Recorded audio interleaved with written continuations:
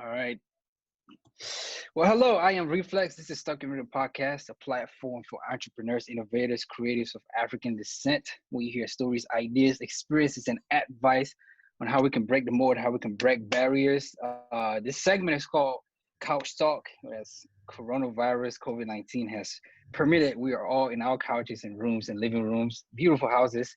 Got a dynamic, incredible panel. We're going to be talking about tribalism and cross-cultural relations, and I'm excited for it. So just gonna get started, and I will call out the panel. And when I just call you out, you just please, if you would just give a brief introduction of yourself, what you do, and anything that relates to the topic on at hand. And we're just gonna go down the line. So I'm gonna start with Essay or Brima. How you doing? How you doing? I'm good. How are you? I'm good. I'm good. Let us know. What you're working on. Hi, my name is Essay. I'm from Lagos, Nigeria. Living in Chicago right now. I just finished. Will finish tomorrow my MFA degree in creative producing. So I'm a film producer, and I'm working on a couple of projects right now. I love it. I love it. Anything related to the topic at hand? I know we're gonna get in depth with it, but anything? Mm. I think my projects do tend to be cultural specific, and I think from my perspective, I think with cross-culturalism, with me and other international students, I've noticed that when we pitch our stories, that the feedback tends to be very silent at first. Like people are like, there's definitely a divide where it's like, I don't really understand what the top issues you are discussing are necessarily about, or I don't really get the cultural context that you're coming from. And so I think that's why I'm really passionate about film in terms of the way it connects people, and it can be a cross-cultural experience for folks. Sweet, sweet. All right. Thank you so much for joining us. Freddie, how you doing, brother? Hey, how y'all doing? First thing first, I want to say thank you for bringing me on. I watched a few episodes. I loved it. I'm a good friend of Aziz. He said, Frederick, you gotta get on this. We talk the kind of conversation you guys have. I have it all the time within amongst friends, and the fact that you guys are doing this on a bigger scale, I just thought to myself, I have to be involved. So without further notice, notice, let me introduce myself. I'm Frederick Ibe. Born in Nigeria, came here back in the early 90s to America. I live in Alexandria, Virginia. As for career, I guess without being too technical, I'm a computer engineer slash entrepreneur. And this topic is right off my wheelhouse because I'm somebody who followed, who could see the benefits of certain tribalism and also see some Mm-hmm. of the negative impact of tribalism. Also understand, why is this for some cultures, and I'm someone who could say that it's better not to stick. I'm just gonna make that blanket statement early on. It's better not to stick with tribalism. It was put there in the zeitgeist when it has to be when the situation it was created when the situations that involved had to be in a more tribal manner. But just moving forward, I think is the best bet to just take the good things out of it and kind of try to create your own lane within that aspect. I love it. Love That's it. it for me. Welcome, brother. Thank you so Thank much, you. man. Hey, Thank you. Nico, how you doing? Hey, I'm well. How are you doing? I'm I was good. I'm good. trying to find a Tell live on Facebook so I can share it. Sure. Yeah, go ahead. I think I'm supposed to introduce myself. Sorry. Hello, guys. Hello, everybody. Hey, Reflex. Good to see you again. It's a beautiful day. A beautiful another day in lockdown quarantine. Yeah. And so, Yeah. thank the Lord, we're grateful to be here. So about me, I'm an IT professional by day, and by night, a business owner. I run my own media company, and I do movies and film production and a lot of things to do with media. It's basically right now, actually, we're working on launching a platform that's supposed to be launched June 10th. We're launching it June 10th, and AO Africa and I think Reflex has, so we invited Stuck in the Middle podcast to be on there as part of our media partners. And so, we're building a community of Africans, a community of our own people, so we can tell our story the way we want to. And I think talking to what kind of piggybacking off what Essie said, in movies, our stories are different. People don't really connect sometimes in our new culture, right? So it's our place to be able to explain to them and maybe connect those dots for them and make them see the similarities and understand that in this tribe, we have to be able to look across the cultures, across the various tribal identities, to make sure that we realize that we're a global village and we are all part of this global tribe. I think that topic is very important. It's something that we need to discuss more. I've read your book, RifleX, and wow. So there's a lot that we discuss. There's a lot of unpacking we need to do. So I'm excited to be here, guys. I'm excited. So let's go. Appreciate it. Thank you so much, man. Jason, brother, how you doing? How you doing? Hey, what's up, y'all? How y'all doing? Yo, I'm so excited to be here. I used to be a regular on Stuck in the Middle, but I haven't been on Stuck in the Middle in a while. But on to introduce myself, I am a writer. I am an educator. Actually, as my day job, I'm a high school teacher. And I just actually finished. Well, my graduation is on Saturday. I just finished my Master's of Arts in Teaching.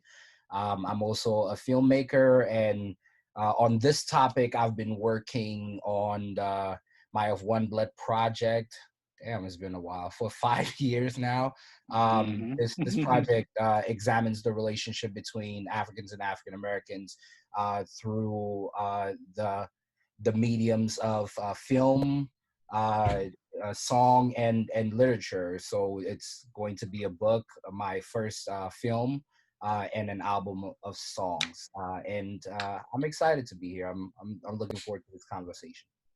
Thank you so much, man. Looking forward to hearing more from you. Allison, how are you? How are you? I'm doing very well, Flex. Thank you for inviting me again. But to introduce myself, my name is Allison. I go by Miss Six. In my real life, I'm a poet, writer, actress. In my regular 9 to 5, my not so exciting life, work on Capitol Hill, do mobile communications up there.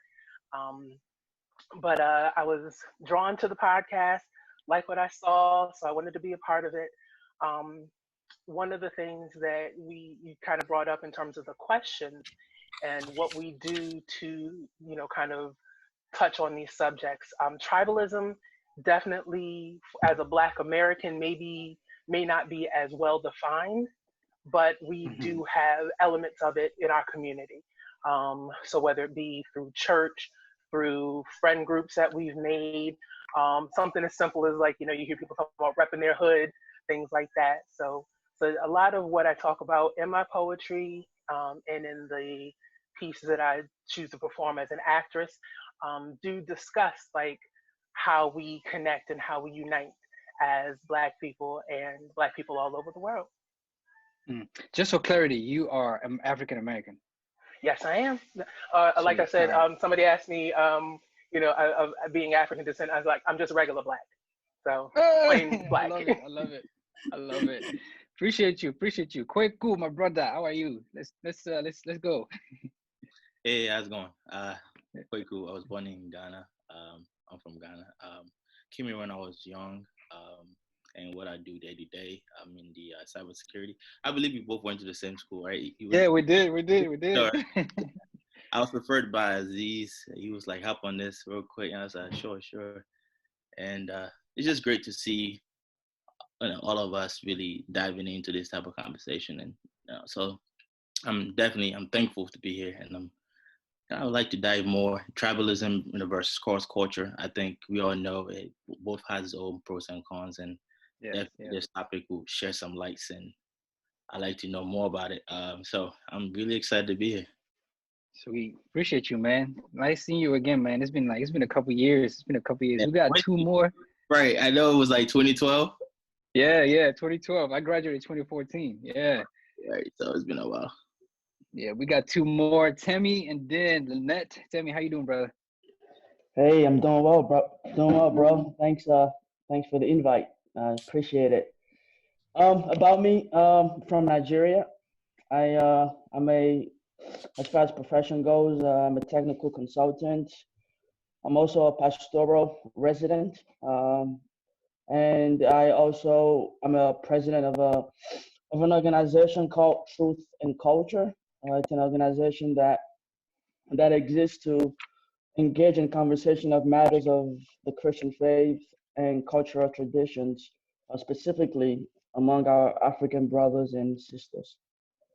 I love it. For those who don't know, Tammy actually wrote the foreword to my book, No Such Thing as Halfway. So appreciate that, bro. You penned some great words, man. Thank you so much. Lynette, how you doing, sis? I'm great. I'm excited to be here. So again, Allison introduced me to you all. So I'm excited. So my name's Lynette on social media. I'm Naughty Poet on most IG, Twitters, all that stuff. My life, so the day job, I work in HR for a health system in New England. I'm in New England. And my regular life, in the community, I'm an artist. So I'm a poet, I'm a writer, I'm an actor, I dance, I like the stage. And when I think of tribalism, for me, and I'm African American, I'm regular Black. I got some West Indian back in there too, but I'm regular Black. Like as we mix something. I haven't done all the research to figure out the exact root. But when I think of tribalism, I think of Issa Rae's quote, "I'm rooting for everybody Black." And so I feel connected. It's a deliberate effort to be on the same team aspect of contributing to your growth and wanting to see you win. So Sweet, man. I love it. This is a lot of networking that can happen after. I see the movie makers connecting with the actresses and actors. I see that, you know what I'm saying? Like, this is dope. So let's kick it off. I, was in a relationship for 5 years. It was a long distance relationship, and the young lady that I was in a relationship was from Ghana, and me being from Cameroon. It was one of those things where it's like, yo, this is finna go, you know what I'm saying, the distance. This is about to go the long way, you know what I'm saying? Like, I'm talking, house, kids, and a dog and all that good stuff. And we went through a lot of trials, tribulations, and hard times, just even as a long distance couple. And for my Ghanaians and Nigerian people in the house, y'all know how hard it is as a young brother when you about to go meet the parents for the first time. And it was a great undertaking for me. And it was the first and last time that I met her people, because the reaction, and I wasn't greeted well at all. It was you know what I'm saying, like, not to spoil the book for those who are reading it right now, and this is not about the book. It was hard. It was hard. Like, it was just, you were not welcome, you were not part of us being Ghanaians, and leave our daughter alone as of today. Don't call her, don't text her. We finna pull up. It's gonna be bloodshed. It's gonna be, it was, you know what I'm saying? So that was, that was very hard. We try to fight through it, of course, as people who love each other, and we both Africans, you know what I mean? And it was very hard, man. And it got to the point where that outside influence just put a wedge between us and with the relationship to, its demise.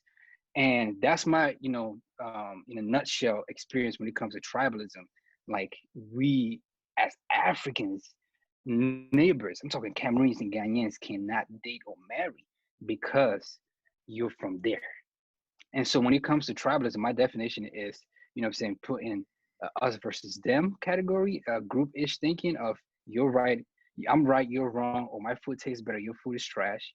And that's the negative aspect of it. Or that, camaraderie is like, yo, this is the clothes we wear, this is the language we speak, and it's a beautiful thing. And in another sense, I know we have African American sisters or brothers in the house. The tribalism is that African Americans are lazy and entitled, and so I don't want to associate with them, or like, have anything to do with them. And so that's that tribalism. And I've been in that mindset of seeing that manifest in different ways. So that's my experience with it. And I'm just gonna go ahead and ask the first question, like, and it's open for the whole board. Like, what's your experience with this? And good or bad? Like, yo, what's up with this?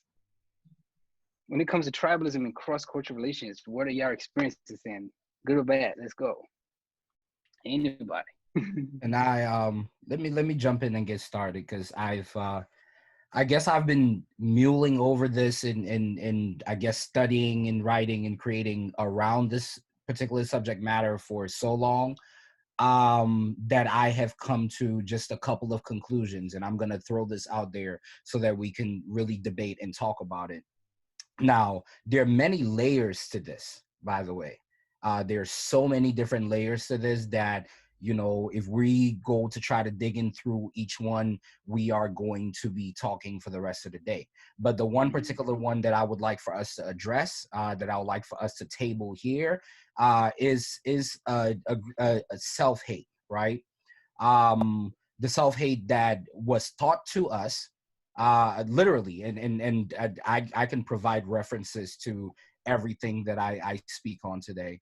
The self-hate that was taught to us to be able to infuse and create the division with which we've carried on for literally centuries now, right? Going back all the way to the continent in Africa. And so many different scholars, so many different writers have written on this, but there is a great degree of self-hate amongst ourselves that we in turn perpetrate through our relationships, through this idea of preserving culture, because you can be able to be have pride in your culture and preserve your culture without having to turn against your own self. Because in essence, when you turn against another Black person, you are turning against your own self. And we don't look at it that way, right? You can have pride in, me being a Cameroonian person, and somebody still have pride in being a Ghanaian person, and that you can still mutually respect that. Like, there's absolutely nothing with that. But again, if we're speaking about it in terms of what has happened in Africa, to even what has happened here with our African American brothers and sisters, we literally understand that almost everything boils down to self-hate, right? And this was literally handed over to us, primarily by the colonial powers. And even if we move beyond even that, there is a great influence of, and I know you guys might have heard of divide and conquer, right? If you understand that, if you understand divide and conquer, if you understand that if you can teach somebody how to be able to hate themselves, how to be able to put down themselves, then they get to do all the work and you never get to do that. That is the reason why our communities are not growing as other communities or as other races, because we have so much internal struggle that we are still battling ourselves, that if we don't fix, and we can call it tribalism, as my beautiful sister said there, in the African American community, it can be called repping your hood. It's classism even in the Black community, where maybe a higher class Black folk who are making more money feel like they're better than people who live in the hood, right? It can be any of that, but it all boils down to one thing, right? It is that hate in ourselves that we cannot be able to see somebody as our own brothers. And literally almost no other race does this but us. So, yeah. All right. Oh, Let me take a stab at it. First, you want me to call you Flex or Reflex? Yeah, What do yeah, you prefer? flex is fine. Awesome. Flex is fine. All right. Your story was quite interesting. Let's say, number one, I could relate 100% with what you're saying. But sticking with your question, how does the tribalism affect our relationship? I'll do you better. I'll give you a little story about my relationship. Now, before I move forward, I'm going to piggyback on what Timmy said, which I think is very important, because I myself, I try to do apologetics to people, because I find that to be very helpful in life. So, being Nigerian, right? Obviously that exists, but in my relationships, other countries deal with that too. This is not a specific African thing. This is pretty much any country deals with their own tribalism. But I'm gonna tell you guys a quick story, then I'm gonna land. So what my rule of thought is, just living life, is I'm a Christian first above everything else. What I realize is that creates a certain level of wisdom to navigate the world I live in, including social structures, including tribalism, including other elements that the world throws at us. And let me explain to you what I mean by that. Now, just like you, I actually, my fiance is not African at all. She's not Nigerian at all. She's actually Lebanese and Bolivian. And also, just without giving too much information, let's just put it this way. When I met her, right, the reason why I even decided to go with her is because my the moral attributes was right. Therefore, before I even look at the tribal stuff that's influencing me, I looked at what God wants for me, which is a good person who will appreciate and love God the way I do, right? Once that was in place, I realized that, and Tammy, you can speak on this because I already know, but in the sense that like nothing else in the world will matter as much as what God wants for you and your relationship with God.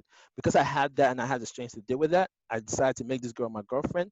Now, my mom was okay with it, but she wasn't too interested. But long story short, her parents disowned her the first day they found out. Right? They gave her an ultimatum: me or her, like me or the family.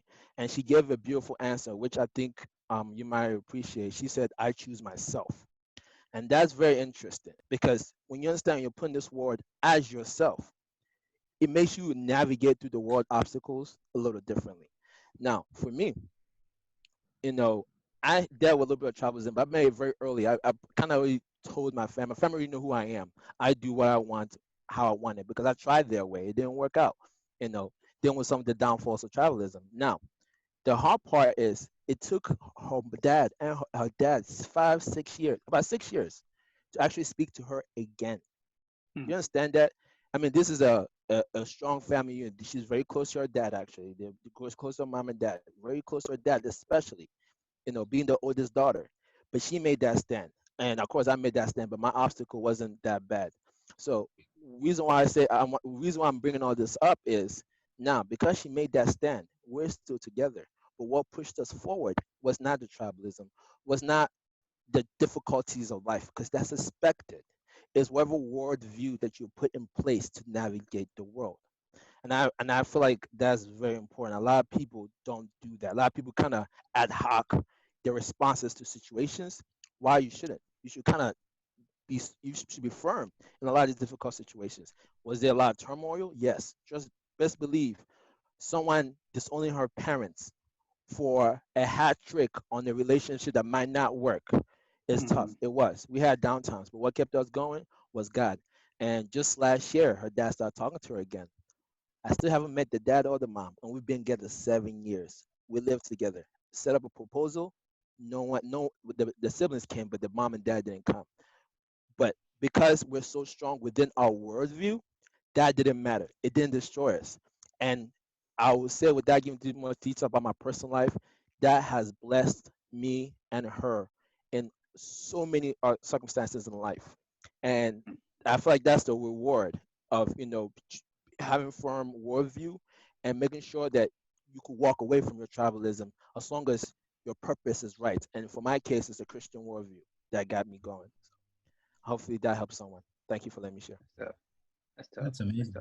That's amazing. Lynette, I see Lynette's hand up. Oh, sorry, Nico. Let's hear from a lady and then Nico. Yeah, let's hear from Lynette. Well, I think when I think of tribalism, I think what's interesting, and I think Allison touched on it, is identifying who your tribe is. So I think initially when I thought of tribalism, I was thinking of everybody Black. But as Freddie is saying, his tribe are people of God, right? And so that is above necessarily just people whose DNA is like him. And so I think where it gets tricky is us expecting everyone to share our values, right?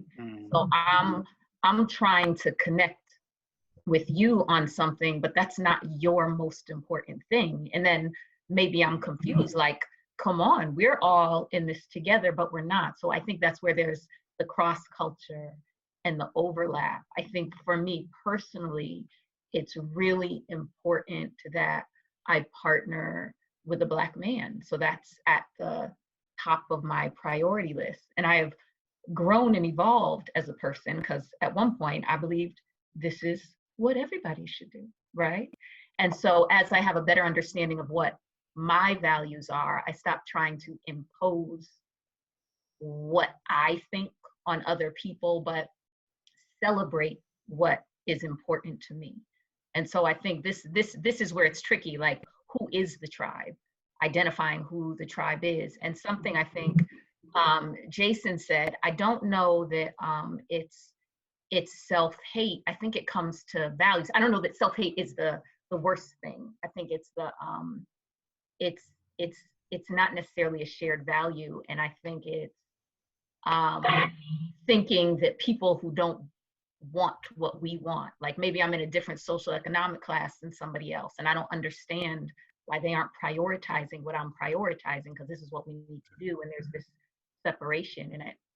I just don't want those things. Like, I don't want religion, and I don't want socioeconomic status to interrupt us ultimately helping each other. And I feel like those are things that get in the way. I don't even know if that made sense. I was trying to take a little piece of all that, but I think it's really about shared values. What is most important? Yeah. Shared values. Yeah, I'm glad you said something about identity, because I was actually trying to pivot off of that, because historically tribalism is something that has always been it has always been a good thing until it became a bad thing, right? It's always been used in terms of, oh, we want this sense of belonging in our own cultural group, or in our own country, or in our own economic class, or whatever identifies us as this specific group, or this unique group where we identify as part of the tribe, right? And there's some I feel like there's some level of acceptance that comes with it, as well as self-awareness, where you can actually use the concept of identity to preserve your culture in a good way. But then it becomes a tricky thing when you're going into marriages and into personal relationships, and you have to figure out which tribe you belong to versus what the other person, which other tribe the other person belongs to. That sense of community becomes a very touchy thing when you're looking at a situation, for example, a Nigerian trying to get married to a Cameroonian, and the parents are saying, "Hey, how about our culture?" And that thing of unconditional pride in your culture, or where you're coming from, your heritage, it becomes a questionable thing, and it's like you're challenging your folks who have been taught one thing as they grew up, and you're challenging them and their way of thinking, because you now have an easy way, you're falling in love with someone who's from a different culture and things like that. So that's I just feel like, in order to that play on words with identity and self-awareness has a part to play in it. And unfortunately, historically, I feel like tribalism has always been a good thing. America is a tribe, this pride in loving your country, you can consider that a tribe. But then when you come into America, you have to break it down. There are other tribes. There's political tribalism, there's economic tribalism, there's my hood tribalism, like block by block tribalism, things like that. So we when we talk about tribalism, I think we should try to specify the confines of what we're trying to talk about, right? Like, where's the boundary? Are we talking about the personal relationships and the tribalism that exists within those, with the personal interactions that we have day to day, or are we going beyond that? That way we can have a conversation that actually helps us or guides us towards where we can pinpoint some solutions that will actually help, or proposals that will actually help going forward. But and to close my point, I feel, right?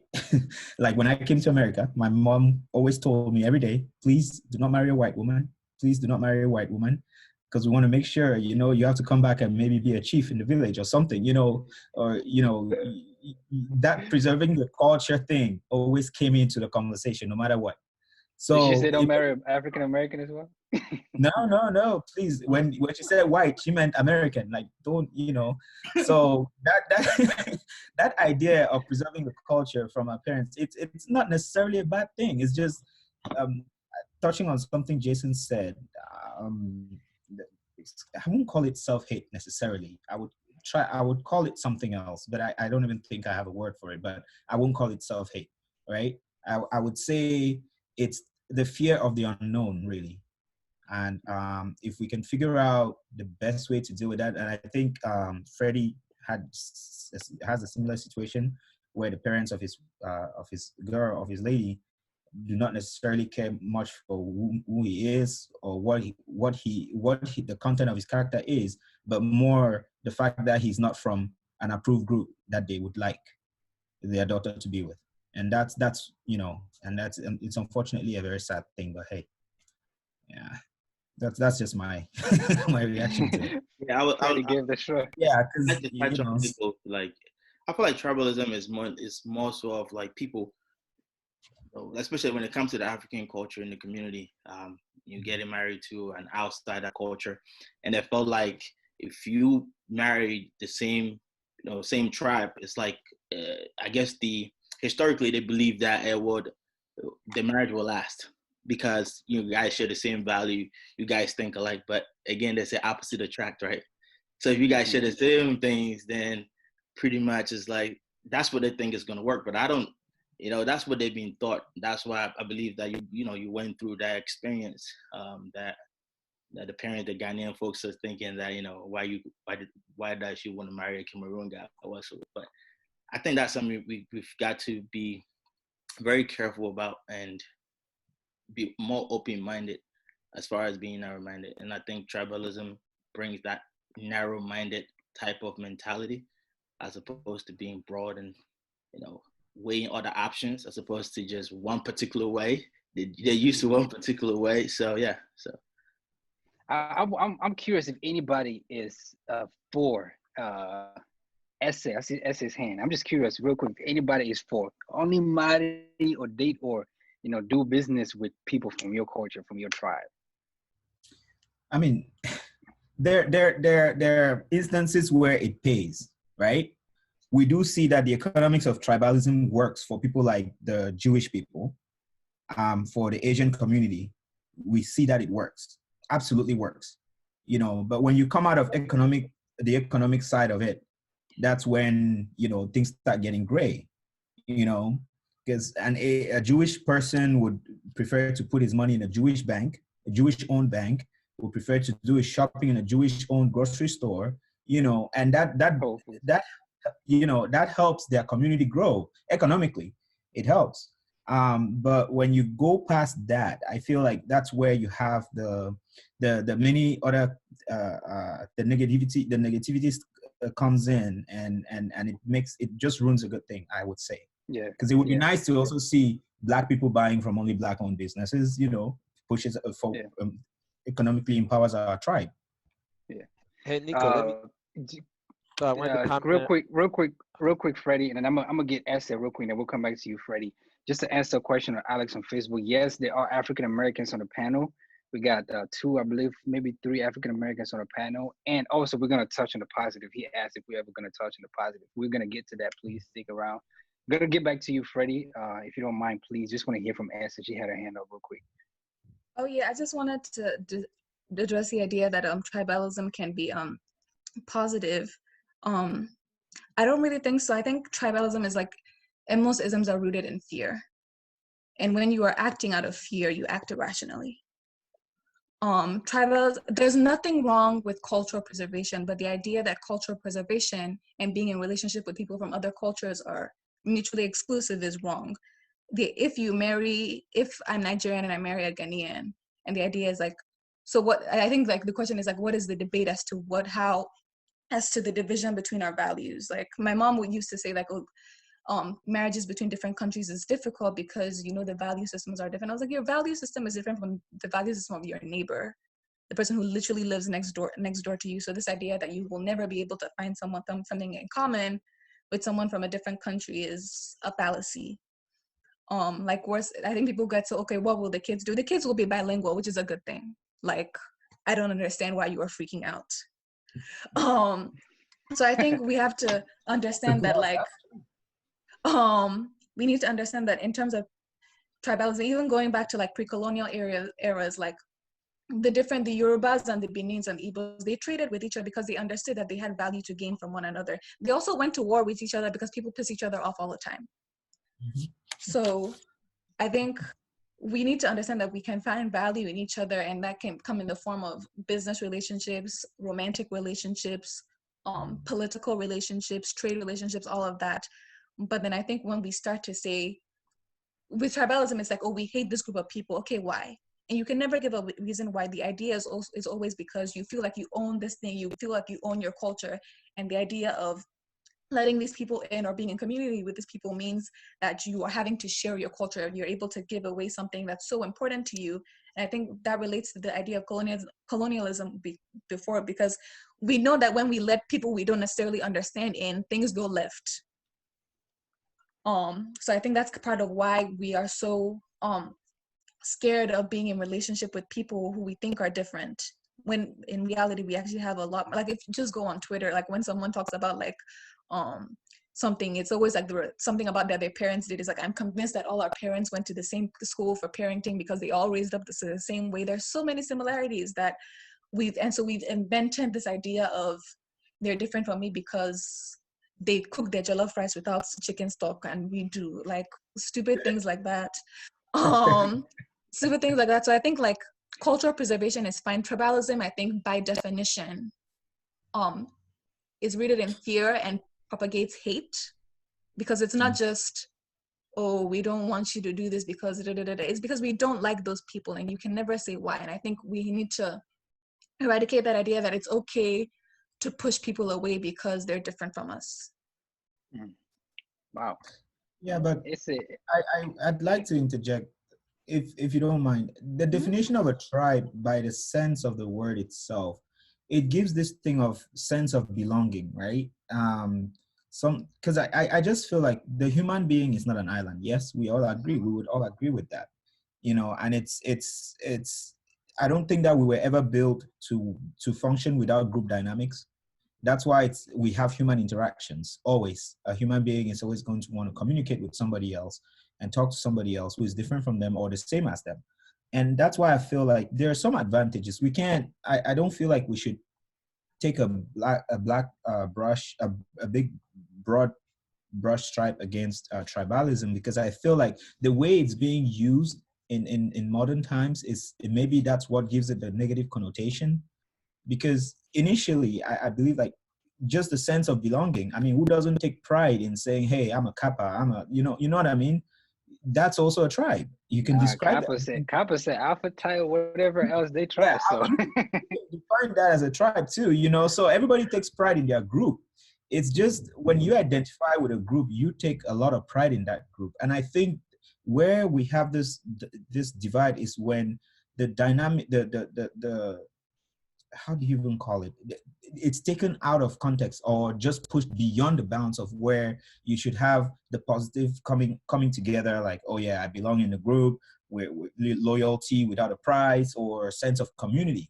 You know what that's where I'm coming from with this. That's why I say it's possible to have the positive out of it, but the way it's being used nowadays is just, gives it sort of a racial undertone, to be honest. So, hi, everyone. I'm Lara. Sorry, I arrived late. I have my bachelor's in health services administration. I'm a social justice activist warrior. That's my bio. So I want to ask a question. So would you think that there's different levels to tribalism? Like, do you think that, like, we view tribalism in the micro level, macro level, middle level? Do we view tribalism based on our experiences, who we interact with? Like, what are your thoughts on that? Because I'm understanding essay, and I'm also understanding Nico, sorry. But there seems to be, like, agreement somewhere. Yeah, Jason, I don't know if Alice or Tammy, but Jason defined different levels. You got to hand up. So well, so I like taking notes so I don't forget anything. So I would like to answer a question from my sister Lynette. Lynette said we should really define what our tribes are, right? Or what we, what we want to speak to as to, what is your definition of tribe? What is your tribe? And what are the values that you assign to that as well? Going back a little bit to what Freddie said. Now, as far as my definition, how I approached it and why I said what I said initially, was, my tribe. I was born and raised in Cameroon. I belong to a certain village, but my tribe, when it comes to this universal theme, is a Black man. It's a Black person, right? So that is how I am approaching this conversation. Now, the different layers and the different levels as to which I say that we define tribe. We obviously, Nico named some of them through socioeconomic means, through actual the different places where we live, the different schools that we have attended, whether it be the frats that you are part of. But for me especially, I always go back to this point, which is to say that other people, because when we speak about Jewish people, there are different tribes in even in the Jewish nation. But at the end of the day, I promise you that a Jewish person is going to go ahead and align with another Jewish person, at the end of the day, right? But especially when we come as Black people, these are the types of conversations that we gotta have, because we are not aligning with each other. This conversation is deep. And that's how I am approaching this. Like, and as I said earlier, there is absolutely nothing wrong with having a certain pride in who you are and where you come from, right? Because even when we come back to Africa and we're speaking about, you're from this country or you're from that country, this is literally where I so much agree with what Essay said. It's like, if we are going back and looking historically, where your country is currently and where your people are currently from, they actually were not in that same place 400 or 500 years ago. Absolutely. Right? Absolutely. It's called migration, right? Yeah. So if we are truly speaking about that, we are all one people, right? And I learned that personally because, I'm actually dating an African-American girl, right? And I've been dating her for over 3 years now.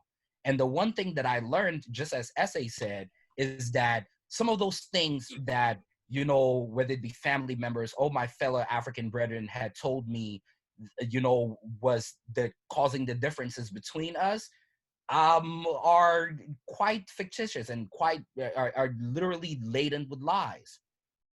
Like all over. I began to notice that her grandmother is literally my grandmother.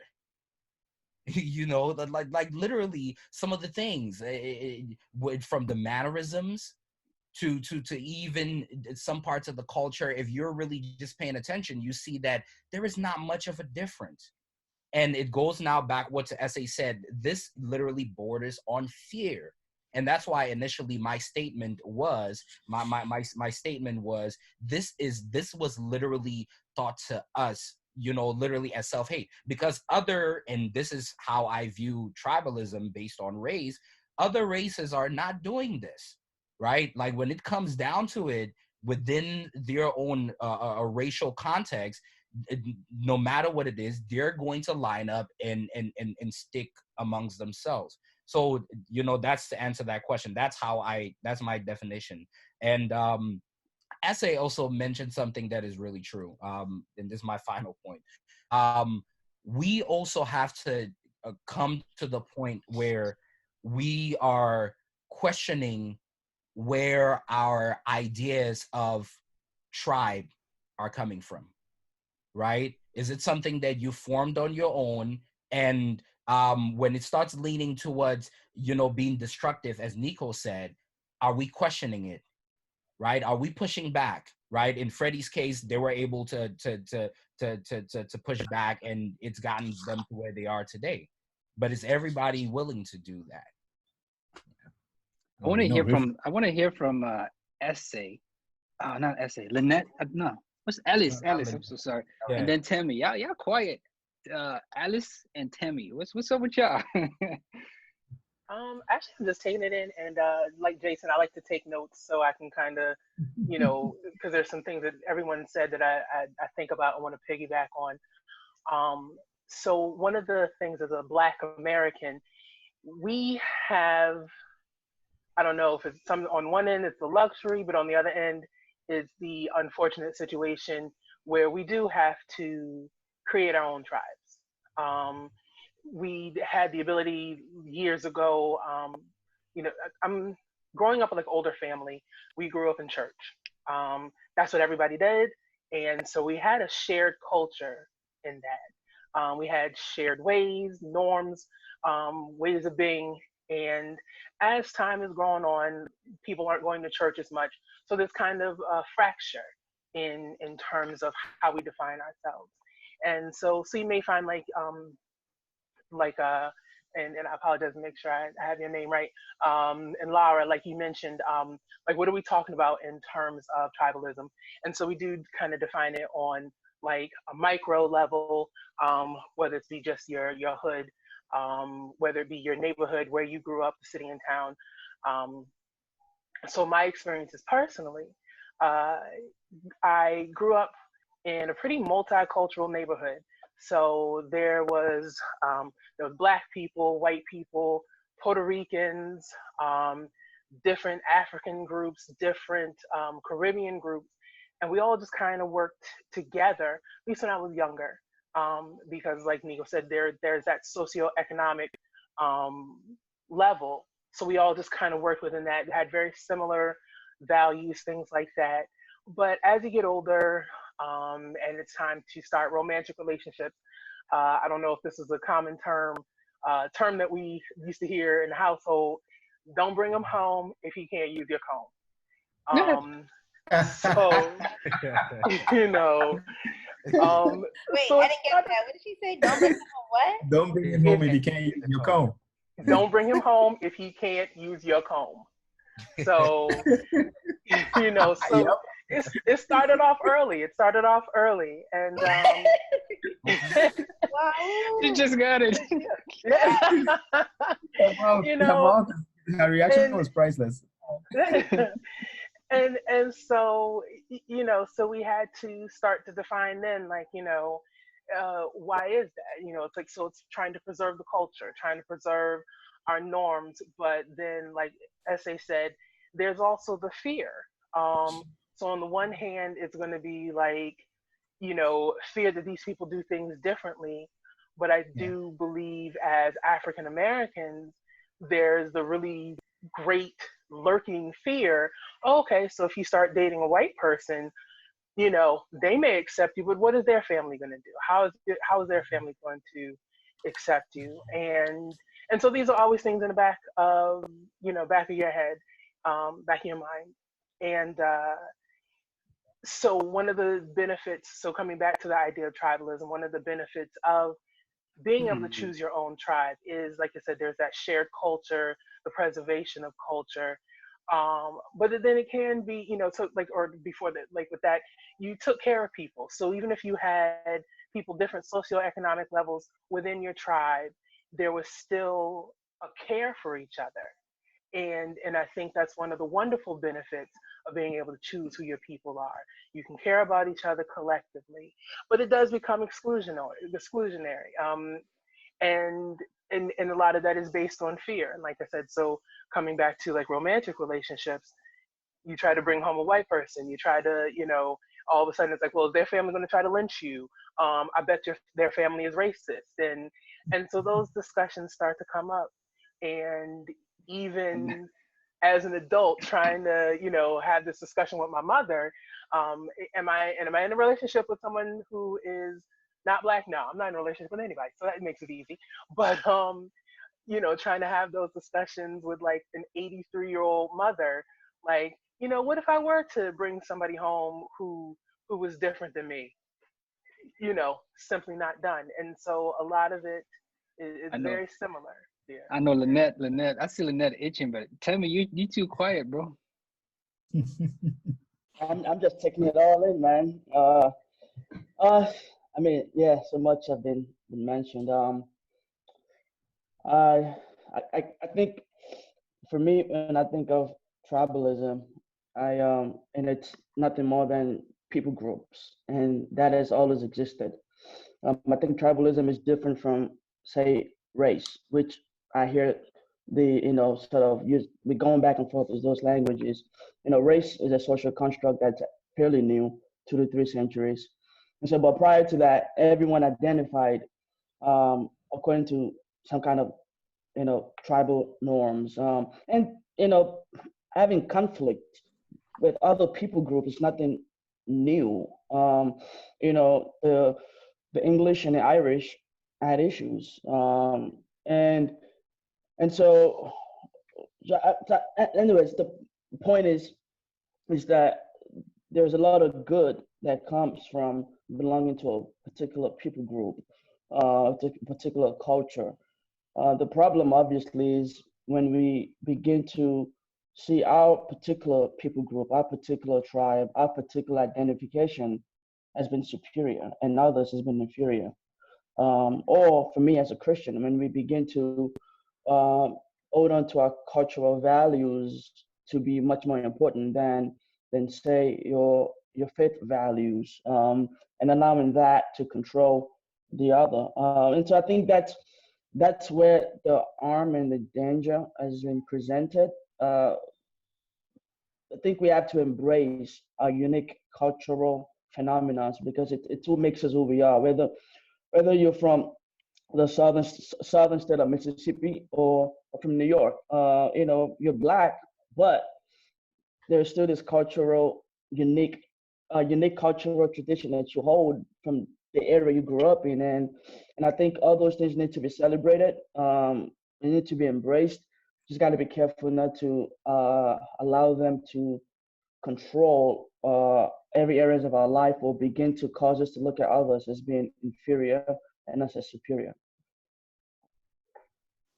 I like that. Freddie, let's circle back to you, brother. So two things I want to say. One, we had I want to make sure we touch on all the questions. So I don't know if we have time to do that. Yeah. And I want to keep. We got an hour and a half. We're stuck on the second question though, right?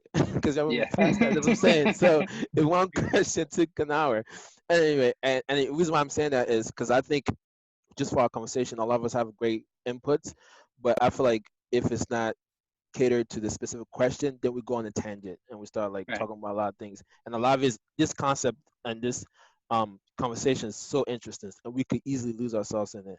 And I feel like just to keeping with the subject matter, because I feel like that conversations, those questions are very interesting, and I feel like with the kind of panel we have, I'd rather have us spend the next hour sharing those questions instead of just tumbling. So I'll hold my responses because we're going to cater to something that Nico said earlier.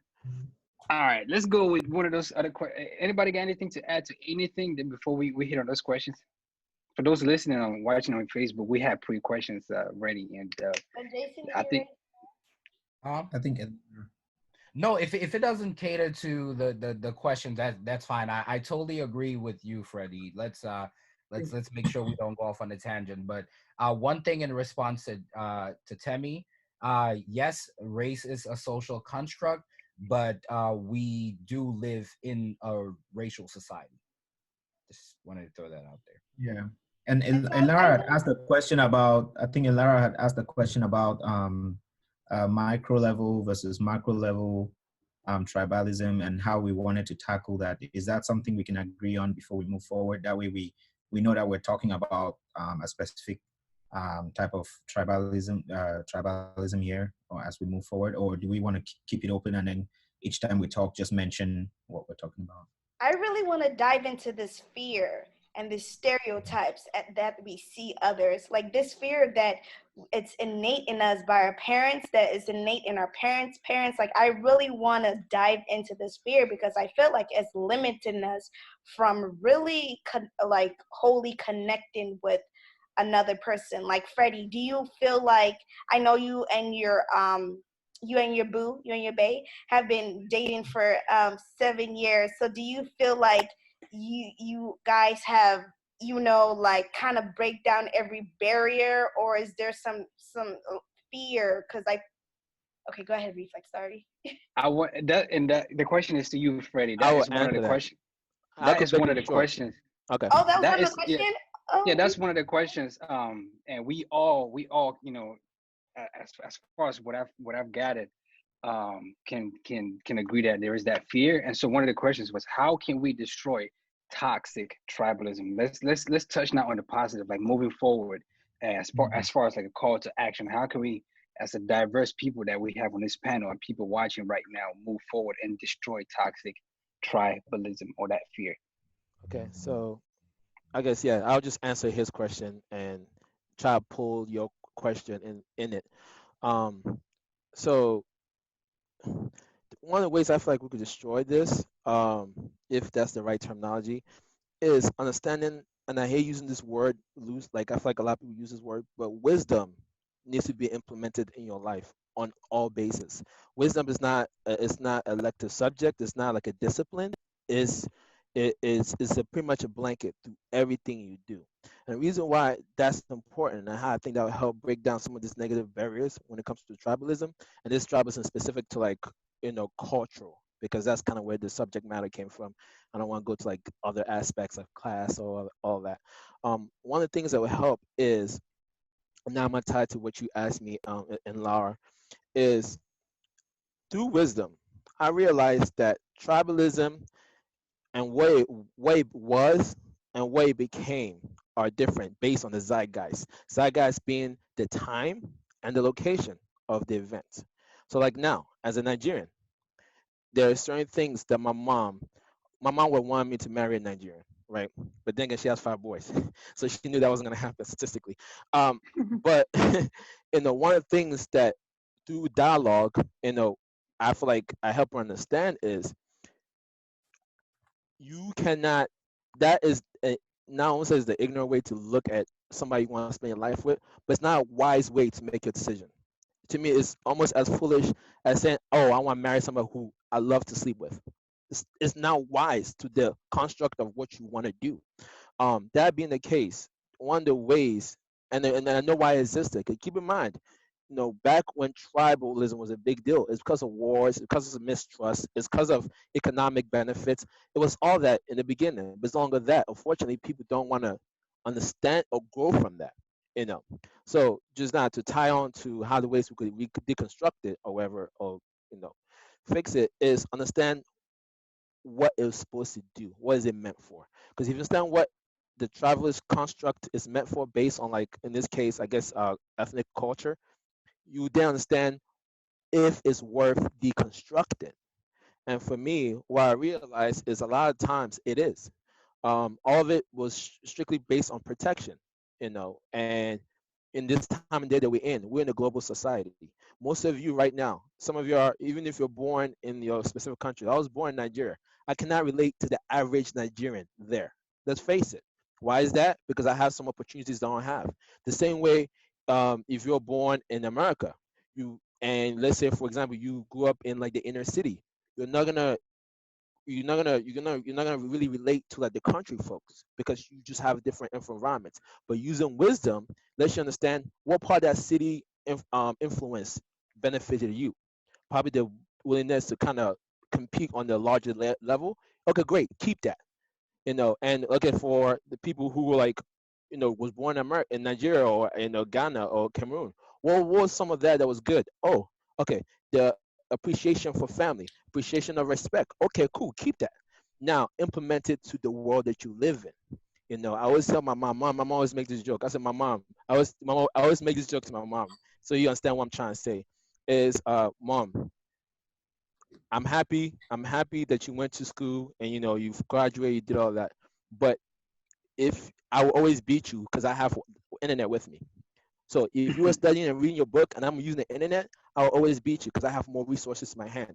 So it's hard for you to give me advice if you're stuck on the 1960s while I'm living in 2020. And that thing, and that statement still drives to what we have now.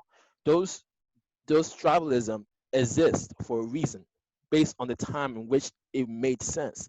But what you should do, I feel like, to deconstruct it is take the good out of it and implement it with your current reality, and also implement the wisdom part out of all of that. At least that's why I know that have helped me. Where I mean, through that, to answer your question, Laura, it pretty much solved a lot of our issues. Now I don't even see her as, that's another thing. I don't see her as, oh, Lebanese lady or Lebanese like woman. I see her as my fiance. You understand? Because that doesn't matter. Never really did. One of the things that drew me in her was who she is. I mean, we know people who married the same tribe that got divorced, or worse. Like then there's wisdom. Wisdom taught us that. So, the more we understand that those were put there for a reason, but doesn't mean we need to embark on it wholeheartedly. I think the better will be our interacting in the global society in which we're all part of. And that's it. Sorry for going on too long. No, you good. You good. Somebody else? I think Lynette raised her hand, or Allison. Yes, Lynette. Okay. So I'm taking notes too, because I was like, ooh. Hey, I like this note taking. We are all taking notes. We are all taking notes. Okay? I have been writing since I sat down. I've been writing since I sat down. It's a learning experience. This is really valuable. So I want to stick to the initial statement, like around toxic tribalism. Like what are some of the negatives? So when I'm working with my own personal thing around tribalism, it's the basis that I'm rooting for everybody Black. That does not mean I am in opposition to everyone who's not Black. It just means I am putting my energy, whenever I have the opportunity to spend $1, I'm going to try and put my Black dollar in a Black hand. That means whenever I'm open to dating, I'm seeking out the Black person first. That means when I'm in a room of maybe my peers on the workplace, I am looking for the brown face in the room, right? And so I feel like rooting for everyone Black, where it gets in the way is when there is someone Black who is behaving like an enemy, right? And so when I say behaving like an enemy, I mean they are actively saying things that are damaging to Black people, where people who look like me feel the impact. And I know we mentioned that race is a social construct, and I forget which one of you brought that up, but it's a social, yes, and it's like, yes, that's where it was born, but it's also real. And so this social construct impacts the way we experience the world. Like, if you have a negative interaction with the police, it is not because you're a Nigerian or because you're a Cameroonian, it is because you're Black, right? And so, and I'm assuming it's injustice, whatever, I think so. Some of the tribalism from me is how can we pool resources? How can we remain connected? How can we make sure we're doing our best to give each other the benefit of the doubt? And so my default is to listen, to look for the Black person, to listen to the Black person, and to support the Black person. Where I draw the line is if it turns to find out that Black person is a fraud, or that Black person is abusive, or that Black person is harming children, or that Black person is stealing resources, so I feel like it's not this unconditional love, but it's an unconditional benefit of the doubt for me. I want to hear what you have to say first. So I wanna make a quick clarification, because I've heard it mentioned a couple of times. Me mentioning that race is a social construct is not a denial of race being a present reality. Okay. I mentioned it in context of the long-standing existence of tribalism as opposed to race. When we talk about the relationship between those of different colors. Yeah, and I appreciate. Thank you for the clarification. I appreciate that. And one thing to Freddie, and I wanted to say, like, I also appreciate how when you're at home with your fiance, you're not seeing my Lebanese fiance. You are seeing the woman that you love. I appreciate that. The world, however, does not see that, you know, and how when you leave your home, it's not just these two people who love each other. So I think it's good. I think there is a benefit of building relationships beyond our tribe. I think there's a benefit to understanding, and there's overlap, right? Because I'm one of those people who's a member of a sorority. So these people are also my tribe. I'm an artist, so I have a tribe of artists, right? I bet you it's AKA. Huh? I bet you it's AKA. He said he bets you it's AKA. I heard you. I'm just trying to understand why you would say such a thing. I know in my spirit she's a Delta. I know in my spirit she's a Delta. She's a Delta. Oh. I felt it. You felt? Sarah, are we connected? I friend you are No, I could tell. I lived in an apartment with a Delta who was pledging, so I I knew he was a Delta. I'm very familiar. I have friends. And so that's also a tribe. So I think it's toxic when it goes against our best interest. So when it doesn't make sense anymore. I'm not going to support someone just because they're Black when their values are in opposition to how I want to see the world. So my thing around tribalism is uplifting, not so much excluding, but making sure my best energy, my first dollar, my listening ear, my benefit of the doubt are for the people who look like me. I agree with you 100%, by the way, Jeanette. Yeah. I agree with you 100%. I'm the same way. I look for the Black person in the room. I make sure if I can, the Black person get the dollar. I just, I think you spoke on exactly. I just balance the two. I don't let that blind loyalty or blind respect. It's more of a respect thing because I understand. Just cloud my judgment in anything because I feel like that's a wise way to navigate the world. Essay. Yeah. I want to say I really agree, and I think Lynette got to like the root of the point when she said at the beginning that just because I am rooting for Black people or rooting for my tribe doesn't mean I am in contention with anybody else. I think that's that idea of like just because I am preserving my cultural beliefs, my whatever it is that is of my value system doesn't mean I am necessarily trying to bring down somebody else's. Or that I'm in contention to somebody else's. I can appreciate mine and I can also appreciate yours. I think is where the idea of cross-culturalism comes to play. Right. Tribalism is when you say, I like mine, everybody else can go fuck themselves, sorry to curse. I think that's where tribalism really comes to play. And I think in trying to like end toxic tribalism, when you have that thought of like, oh, everybody else can like go kick rocks, you have to then ask yourself why. And then in getting to the root of what exactly has caused you to have those emotions or that reaction to somebody else because they're different from you, you start to understand what are the lies that you were told. What is the historical context? What is the history that we've taken out of context? Like we know that like even within tribes in African countries, we can go back and say there was this war that happened in 1860 something, blah, blah, blah, blah, blah. And we've carried, and our grandparents taught us this about those people, but like you said, but then you know that it's a rhetoric was created around the people for the purpose of that war. And then it kind of just carried on even after the war was resolved.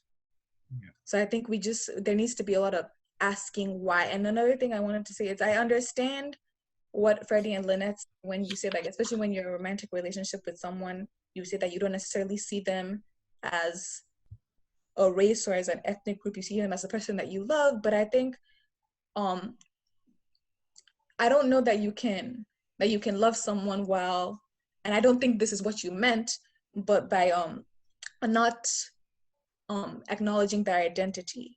I think if like I was in a relationship, and I obviously I know you clarified, I feel like if I was in a relationship with someone who wasn't Black and they said, oh, I don't see you as a Black woman, I see you as SC, or I see you as my girlfriend. It's like, no, but my Blackness has been definitive to who I am. My Nigerianness has been definitive as who I am. It is not all of who I am. Okay, fine. My name, my race, what you see on the cover, when you see me is not entirely all that defines who I am. Yeah. But when you start to erase those things, you are erasing a part of me. And I start to then debate how exactly we are in this relationship if you're not understanding the context with which I experience the world. It means that you can't be empathetic towards me if you're erasing that. But I don't, and I definitely don't think that that is something that you all do. But I think that's something I did want to address. I think that, oh, SA, I hope I'm not interrupting you if you're not done. Okay. No, Literally, I wrote that down. And I'm also sure that that's probably what you didn't mean, Freddie.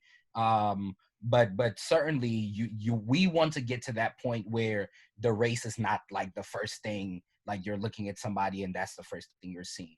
But I'm definitely in agreement with that. Like, say for example, with my girlfriend who's African American, the one thing that I've done to be able to bridge, that divide, or maybe it's by opening up and allowing myself to learn of her experience, right? Learn of who she is as an African American, learn of her history, right? And also allowing for her to learn mine.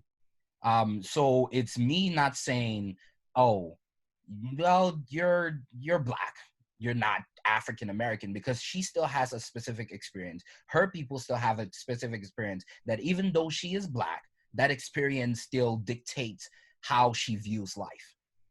And if I am, being reductive about that experience, then, that does not help to be able to bridge that gap.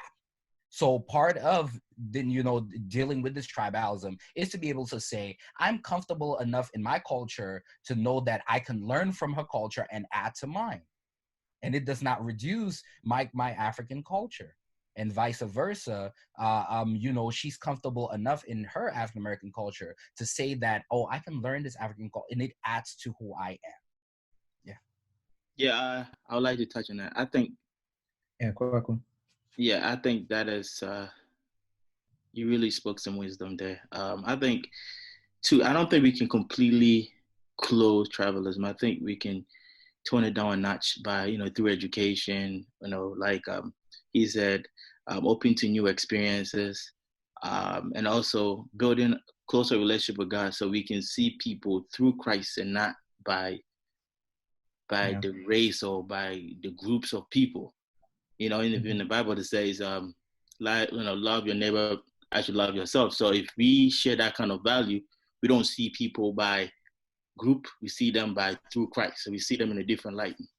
And I think with time, also people, with time also things will tend to evolve and people will get more closer to each other, and people will tend to learn over time to know that tribalism, in certain aspects is good, but in other certain aspects, it has its own pros and cons as well. So it's a matter of time, education, and opening to new experiences and learning new things, and also building more close relationship with God. I think that would definitely tone it down a bit, but I don't think it will completely go away.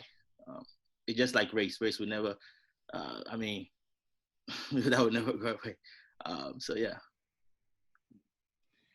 Therese joined us late. If you would just start by introducing yourself. Thank you, by the way, Quaker. Appreciate you, brother. Therese, real quick, just introduce yourself and then fire away. I'm Therese. I'm from Cameroon, currently in Oklahoma. Sorry, I was going by Central Time. I completely forgot you. Welcome, anyways. Welcome. Thanks. But I was following the last topic, but since we're on destroying toxic tribalism, I hope everybody can hear me. I really talk slow. Just to piggyback on that, there's one thing my mom always says. She says, just be a decent human being. That's it. Just be a decent person. Just be a decent individual. And then all this negativity is not going to find roots in your life. Like, you would not go around seeing people for things they're not, or seeing people for things that you assume them to be. First thing I'd say, just be a decent human being. And be open-minded too. There are more opinions in the world than yours and what you grew up with. People come from different places with different backgrounds. And if you're open to that reality, I feel like it's going to break down these barriers of saying, oh, it's us versus them type thing which tribalism brings up. And also, I feel like I think someone mentioned, I forgot their name, I'm sorry, who said about the 1960s and the 2020 analogy. I feel like it's a continuous process. You know, growth and evolution is going to be a continuous process. Like, it's not going, tribalism and racism and all that, they're not going anywhere anytime soon.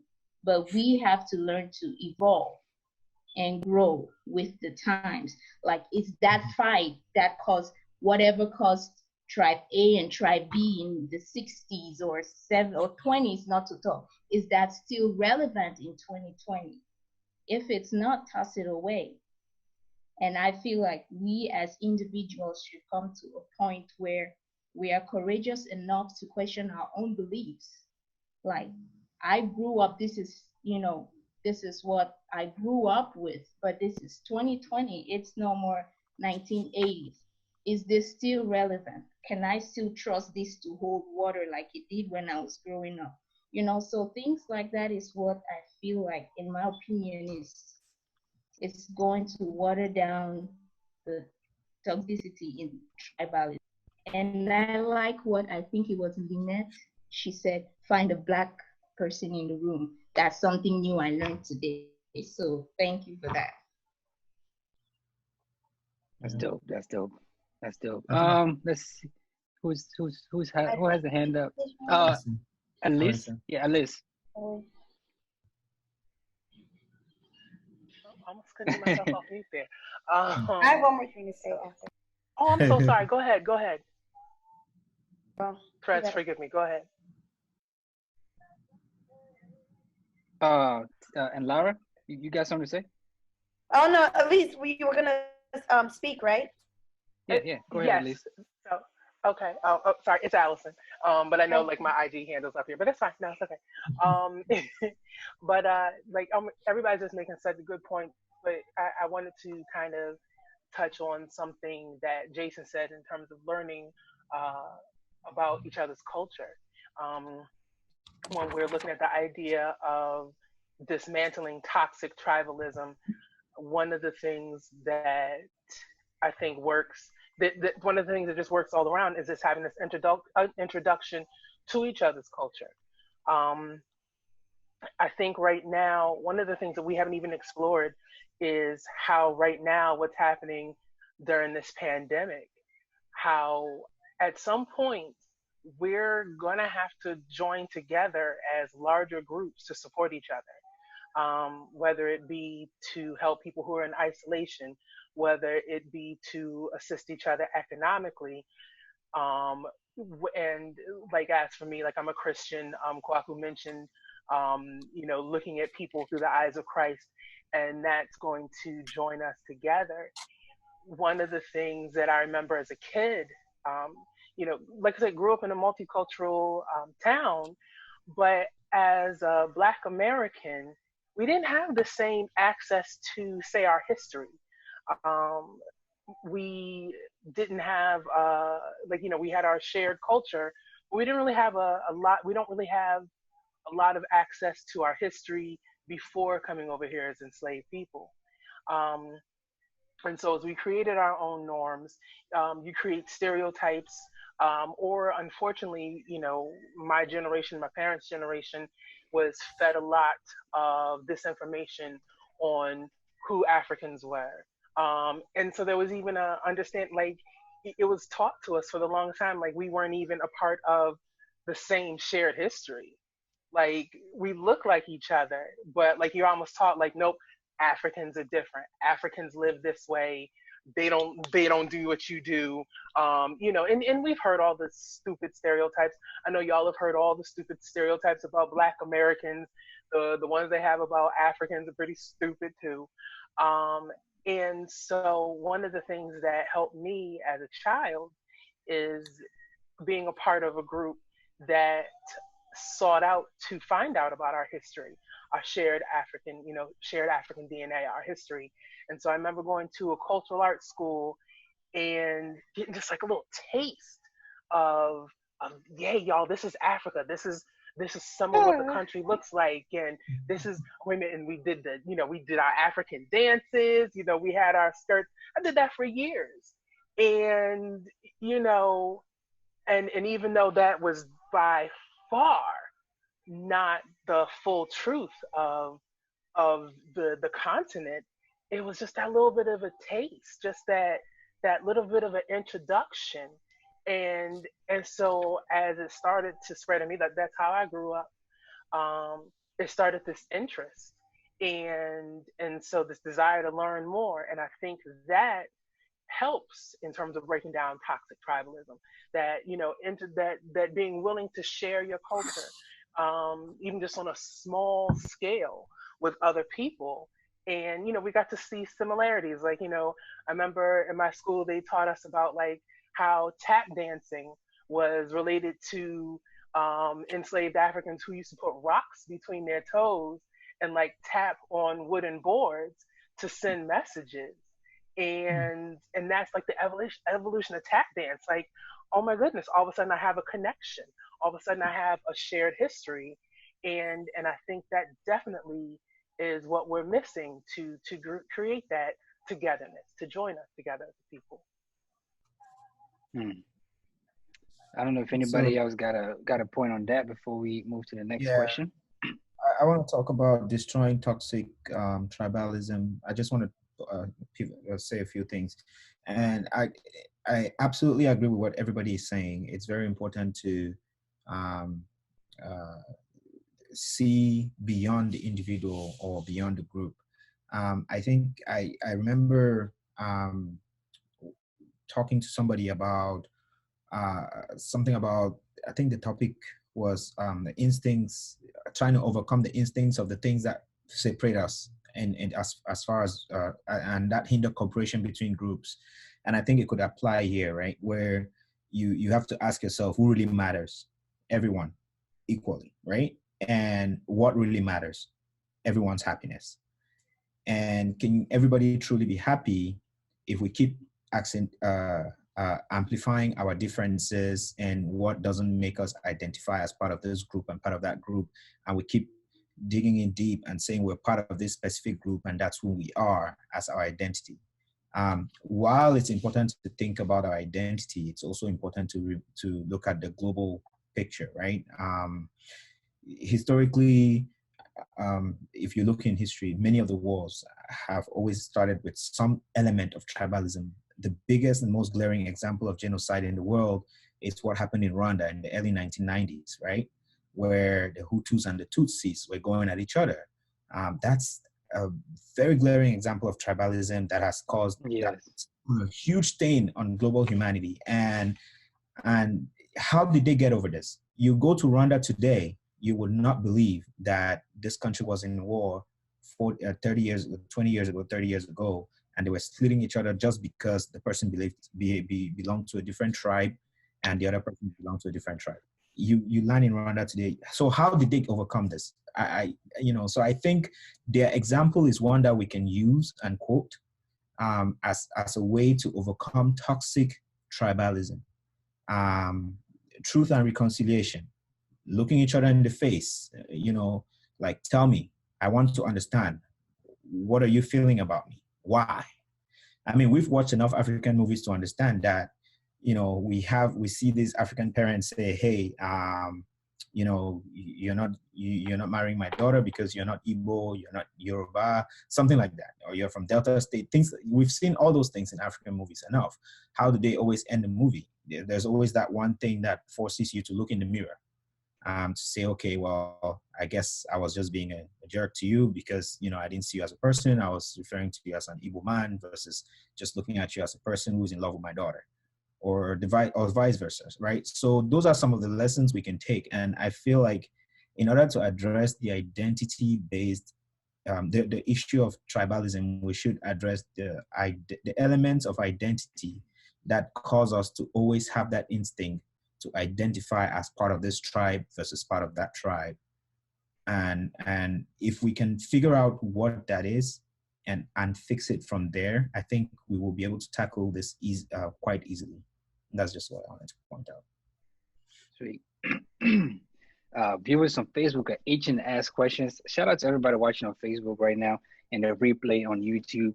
Yes, you can ask questions on Facebook, and we got an hour. We can go another. I don't know what y'all got planned. Nobody going anywhere. I don't know what y'all Quarantine. Yeah. We ain't going nowhere. I wanted to. I mean, if we want to keep going, I can pour myself a glass of vodka and we can keep going. You can go ahead. I was just about to say that. I think Nico's point is. I'm not sure if you guys got my question in the group chat, but we were emailing back and forth with the professor. She was the professor was able to make it, and she said that she would challenge the word tribalism according to an African history professor, specifically Dr. Tengwangang, challenges the term tribalism. African and native populations are the only groups we apply tribe to, but when it is a white folks, we use the term ethnicity. So what is your take on that? Like, how do you guys feel about that? Is this true? Why do we do that? Is this a disadvantage for us? Is it an advantage for us? What do you guys think? Can I address that briefly? I'm sorry, SA. Please go ahead. So like the idea is that like, African groups are referred to as tribes, and then white people are referred to as ethnicity.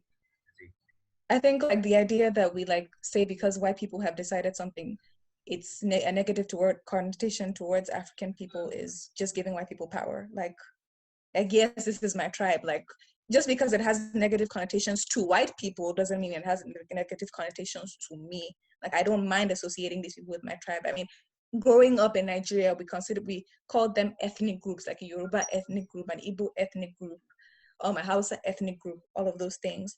So like and I've seen it the only time I've seen that is since I've come to the US. People say, tribal means that tribal when you think tribal, you think bush, you think underdeveloped, you think savage, I think is like the connotation behind that word in an American context. But I think it goes back to that American egocentrism. Like, just because something means something here doesn't mean it means that everywhere in the world. So like, I think I second that. I say, go ahead, Jason. Go ahead, you got it. I'm sorry, brother. So my understanding of that too, SA, and I wholeheartedly agree with that. And I watched specifically this like literally about 3 years ago with the late great Chinua Achebe speaking on this, right? Speaking particularly on that word tribe. Now, I think that yes, it definitely gives it a certain credence that white people get to be able to say that a word means something, and then we fall in line. Now, I think it also goes back to language. And how we view language. And this is interesting because I even wrote a poem about this and about language, right? Like, I studied English at the university. I love the English language, but I also know the history of that language and what it's been used to do, right? So I wrestle with that every single day. I wrestle with the fact that I write in this language, and somebody even once asked me, what language do you think in, right? Even for somebody like myself who speaks 4 different languages, I speak my native language fluently. But I still wrestle with the fact that probably English is my favorite language, So I think that this is a language thing more than anything else. Yes, the word tribe is the repurposing of the word, right? Same like the way the word nigger, right? The word nigger with the hard R, right, has all the negative connotations to it, right? But it's been taken and Black people have argued that they've taken and repurposed it to be a word that empowers them now. Right. So again, I think it's all about language, and it's how we're able to view it. So it's maybe also us finding a way to define ourselves with a word that makes us feel comfortable, or taking that word tribe and repurposing it so that it's powerful for us and not one that weakens us or lessens us or makes us inferior. Yeah, I would. I think. Thank you, Jason. Can you hear me? Yes. Cool. No, I agree with you, SA. I think, and Jason, I think the word tribe, I think it's an African American phenomenon, an American language. I remember in college, my African American history professor said in a told us in a class, he said, don't use the word tribe, rather use the word people group. And to him, he saw the word tribe as having a negative connotation and not adequately describing a particular group. But for me, ethnicity wasn't something that the white man told me to use. It was always something I've always used to identify other people. Thank you. Awesome. So, like, first, let me say that question itself is designed to be divisive. Yeah. Maybe it's not intentional, but it is divisive. And I feel like I need to put this definition on the table, because I feel like people use words interchangeably and they all kind of specify different things. So one of it is being race. Race, from what we know it to be, is this understanding of color base for a skin tone. That's what your race is. And I'm going to explain why this is important. When we talk about discussion about race, that's what it is. When somebody said ethnicity is lineage of your physical characteristics or cultural relevance in which you identify with or is identified by seeing you, right? And then culture is the social construct in which you adopt and the way you see things and the way you interact with the world. Now, why that's important is a lot of people, when we have conversations about things like this, and I ran into a few times, they will mix a statement that should be specifically for race and use it to define culture. And they use something that's supposed to be the culture, define ethnicity. Those three things are three mutually exclusive things. And I feel like when questions are that asked, it always brings a level of divisiveness, because most people, just in general, if you have a conversation with people that's about something that's related to race, they'll give you an ethnicity like rebuttal, and it's like that's not the same thing. So without that going on a tangent, I just want to put that out there, that those three words need to be defined and understood on this basis of this conversation, so we don't lose their relevance, and hopefully structured. Shout out to Kurama on Facebook. She said, I recently learned from a few Native people I've interacted with that Native Americans were also referred to as tribes, a term they believe was given to them by the white people. Native people use the word band instead. And also, let me add one more thing, please, before I forget it. Yeah, go ahead. So when it comes to, you guys can understand, as African diaspora, we're not the only ones who have tribal and conflict issues. Every race, every ethnicity has this too.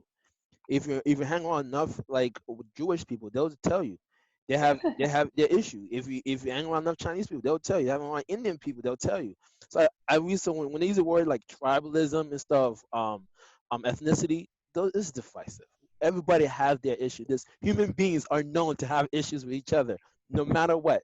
It could be something as simple as the white dress, gold stripes, and some people see it as in the blue and black. So like, it's always going to be a thing. I feel like when those questions are thrown at, don't learn to overlook it or see above it, because if a white person calls it tribalism, you call it ethnic, like, it doesn't matter. It's just a word they place to help you understand something, and that's it. Mm-hmm. Anybody else? For clarification, are you saying if the word doesn't matter, if someone calls the use of the word tribe shouldn't matter because it's just a way to define a people group? Is that what you said? No, definitely not. No, words matter. I'm not that kind of guy. No, words matter. That's what I'm saying. I'm saying in the original question, I guess the quoted that why is it that white people, when it comes to identify like black people, they use, like Africans, I guess they use to focus more on tribalism, like tribe, while like when they describe each other and their different regions where they're from, it's more of ethnicity. And all I'm saying is most people can differentiate the two without making it seem like some kind of derogatory understanding of what makes us different. That's all I'm trying to say. No, words do matter. I just think that a lot of people just focus too much on those kind of attributes, and then they miss the whole point. I'm curious where Timmy got So that fresh cut. I this just is peeped that by the just a quick experience, just a quick question I want to throw out. So in IT these days, for those of you who are in project management or who have dealt with project managers, you have, say, agile methodologies being implemented across the board.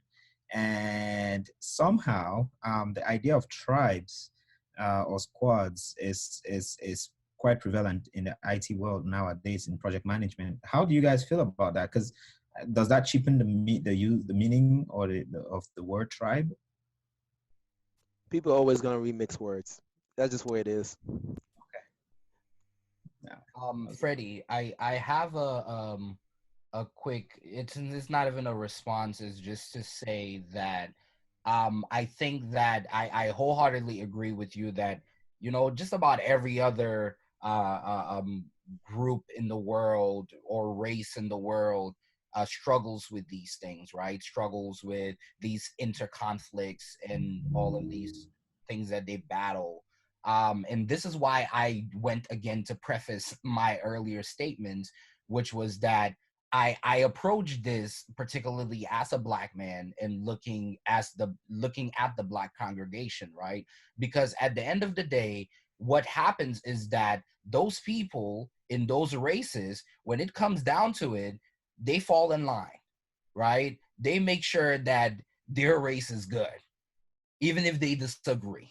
You know, no, like literally, and this is actually just the case. But it seems like when it comes to us in particular, you know, we be damned, right? And I think that more than anything else, and I will hope, you know, I think that a lot of people don't understand when Black people say this or when Black people try to speak about a race per se.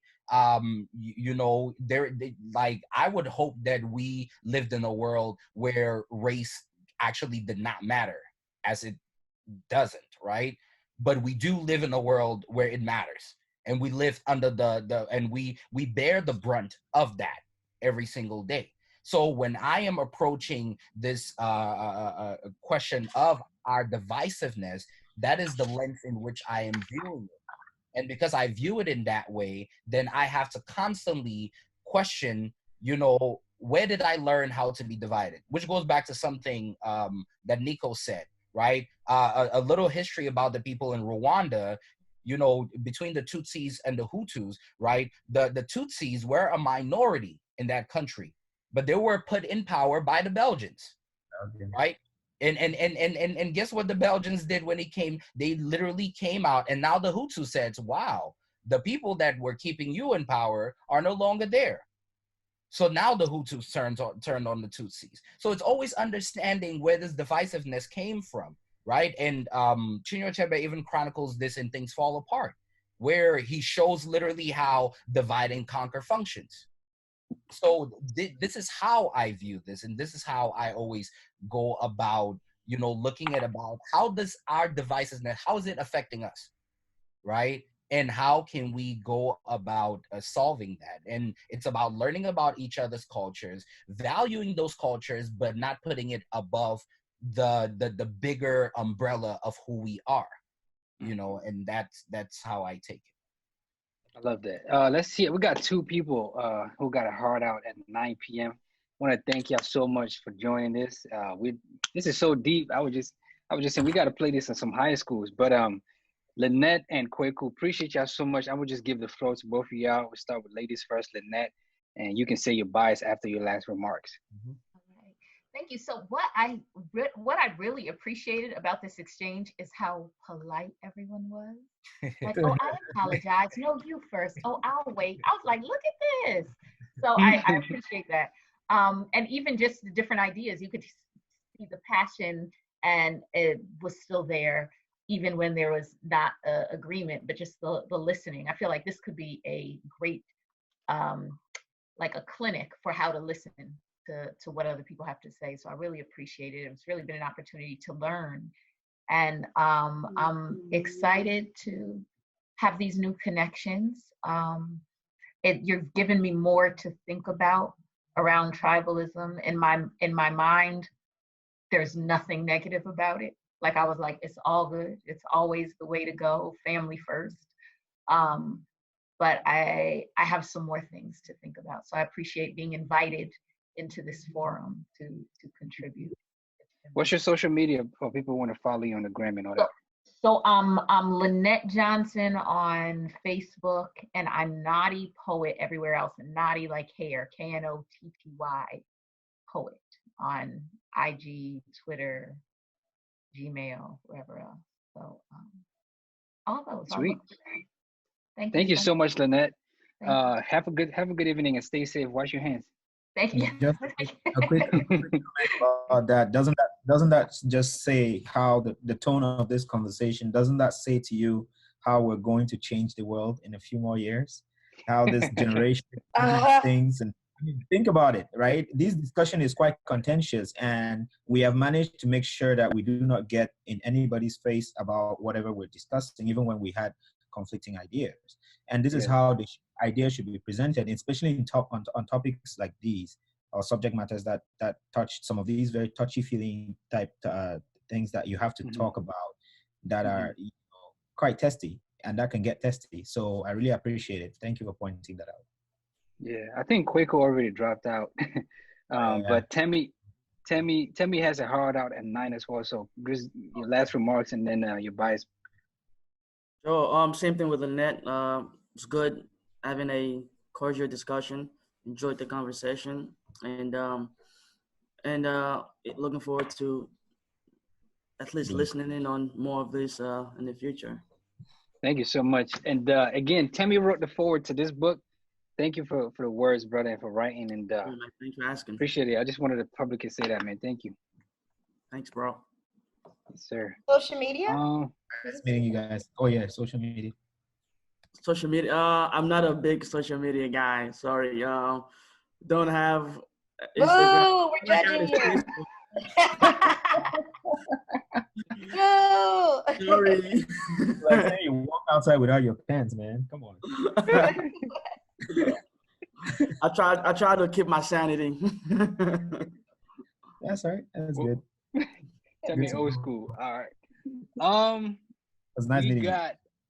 We got time for one more question, I believe.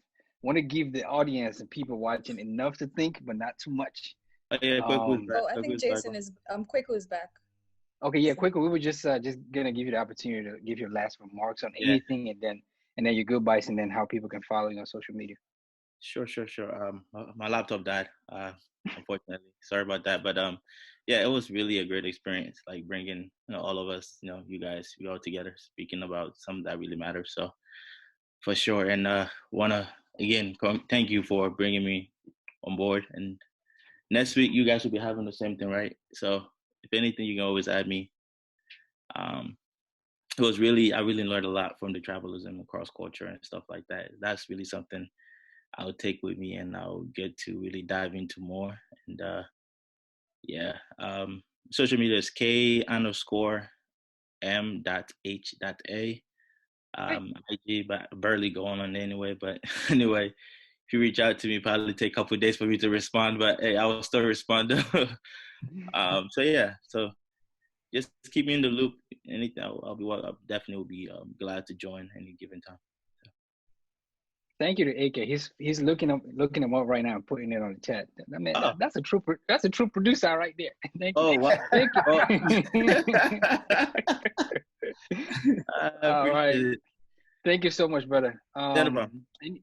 Anybody, saying, like, I just want to open it now for the next 15 to 20, 25 minutes. Anything that we just want to wrap up with and just, close with anything on anything.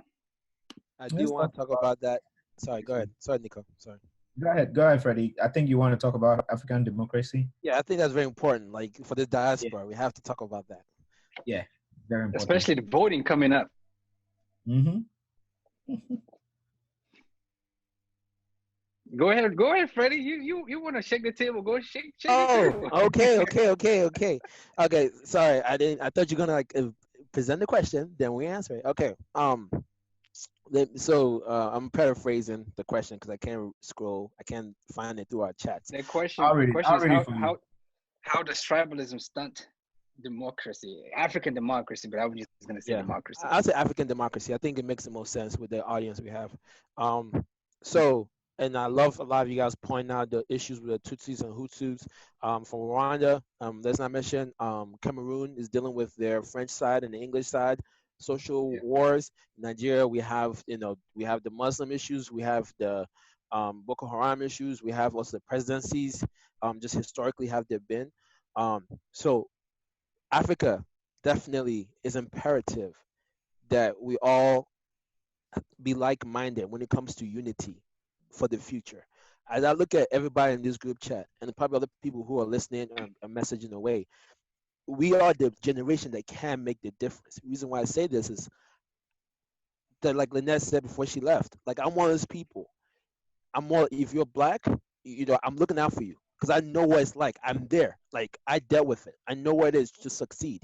Whether like I'm always looking out for that person, I'm always trying to make us grow. I'm very socially aware of what we're in. Now, that being the case, I've been in Nigeria. I've tried making things happen in Nigeria with people in Nigeria. Unfortunately, that tribalism rears its ugly head.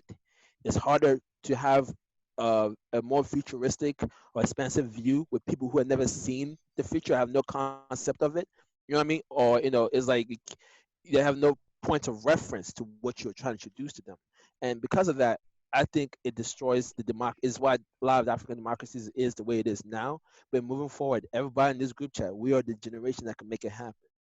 We, if we cannot put the ones in Nigeria, because I've been in a situation where I try to start a few businesses in Nigeria, but they don't see it the way we see it. We have the opportunity. We are the ones who interface with other cultures. We've seen the importance of certain things. We've seen the negativity of other things. We understand when tribalism makes sense and when it's just is detrimental to growth.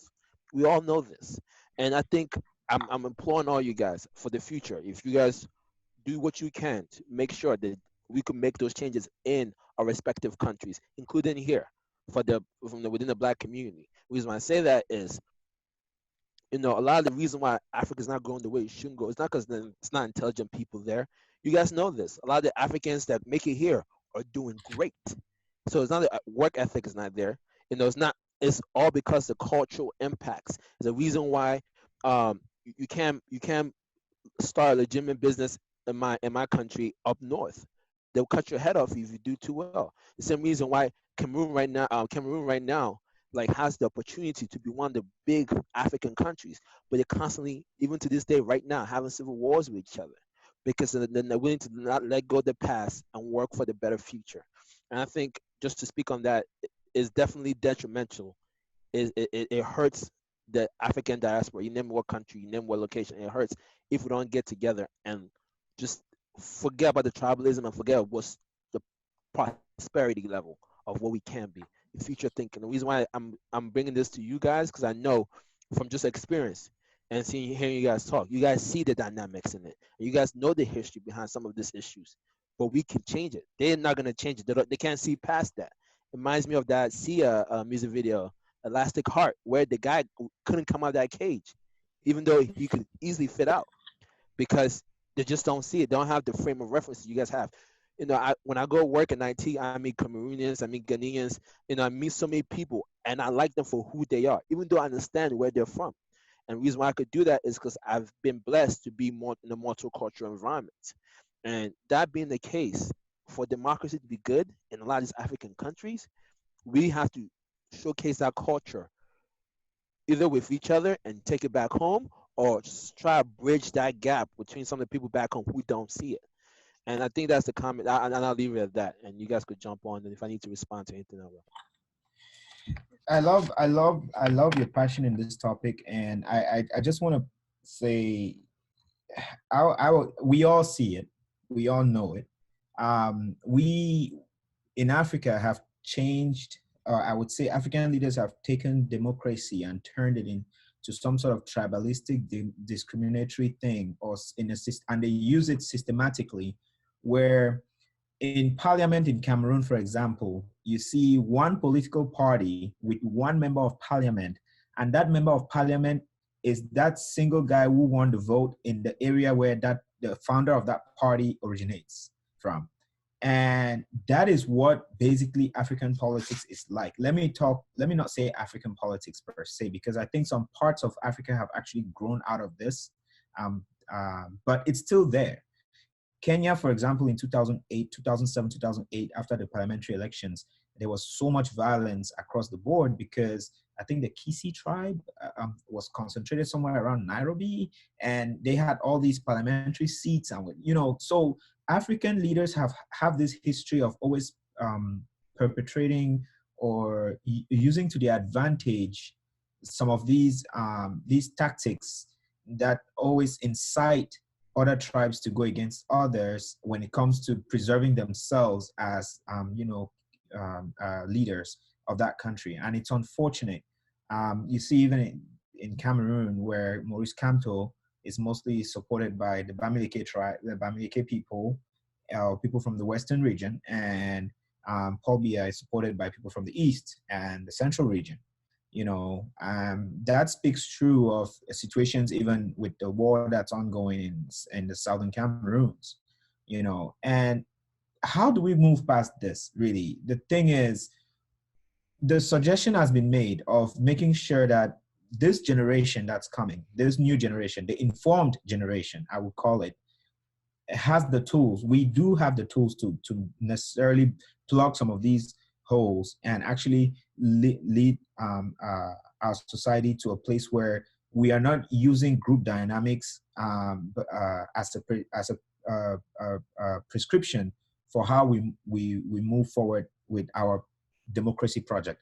Because I say democracy project because I still believe that the concept of democracy as is practiced in the West does not fit the African context at all. So it's a double-edged sword. In one, you want to say, yes, democracy is a good thing. Let's make sure we implement it this way. But then you look at the African fabric, the way the African society is built. It's tough. It's tough. We don't have political parties that are built based on developmental ideas, but instead we have a ton of political parties that are based on the tribal bounds and the connections. And it just breeds this competition of tribalism. I mean, can you imagine a minister is nominated somewhere, or a senator wins, and there are people from that tribe sending a congratulatory letter to the president for nominating someone from their tribe? That's just not, that's unheard of, So that's my point about it. And unfortunately, I think it's been left to us to decide how we fix this. And I am kind of happy that with the evolution of technology and how technology has kind of come into our lives, because I feel like with technology touching almost every aspect of our lives in the next 10, 15 years, we might not be talking about tribes even anymore. But Nick, I would challenge you. How many percentage of you think, like our age group, do you think are informed with technology about social issues like that really affects us? Like, how many percentage would you guys say? So I would say I don't know that because I've not looked, but I can tell you this: if Adebola Williams can use Red, the media company he created, Red Africa, to influence people in Nigeria to pay attention to some of the things that were happening, anybody else can do the same thing. So that's why I feel like technology is a good thing. In a certain way, it's a good thing that it's pushing us towards this place where we will start thinking outside of those confines of, my tribe. Okay. Anyone else has an answer? Anybody else want to answer this? Not nearly enough. Yeah, I think. I'm gonna let Jason. I know Jason has some points to make, but I think after Jason goes, I'll talk a little bit about that. Freddie, you said 20%. Yeah, fortunately, and I don't want to cut you off, Jason. Want to go first, and okay. You're good. So yeah, unfortunately, the problem is, I feel like is people. I don't know where to start and where to end. The problem is people just don't care. Yeah. Right. Two people. The second problem, people just as a 20. One, they don't care. The other population don't even know. The fourth population feel like they can't do anything about it. But one thing I will always say, and I'm saying this because we're on video, and you never know who might hear anything we discuss today and actually make a difference, and they'd actually be the catalyst. All I could say in this situation is You cannot sit by and say, okay, well, enough people don't know, enough people don't care, therefore we can't do anything about it now. No, that's, to me, that's a coward's way of doing things. I'm the type of person, I'm the only one behind that line, I'm fighting. I'll die a warrior's death, but I'm gonna fight. Like, that's my logic. And the reason, that one. and that's what it is, because once you realize the things that change history are the ones who were beating the odds. Whoever I scoffed at, you ain't gonna know. And yet the heart speaks, the motivation speaks. And you'd be surprised how many times people are influenced based on your passion on something, influenced by your knowledge or your perseverance to something. That some, you can't wait for everybody to be on board. So for me, I'm constantly doing things financially to improve this situation, socially improve the situation. I'm always trying until a higher percentage join me, but I'm not gonna stop. Mm-hmm. And that's what I was gonna say. We got just a few. I wanna, like I said, I wanna give the people enough to think about, but not overwhelm them.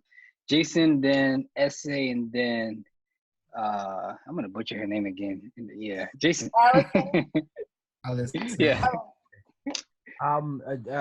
Okay, so this question has to be approached from multiple different levels. Now, for me personally, I would say number one is that for us to be able to solve any problem, right, you cannot chop down a huge tree and not without getting to the roots, right?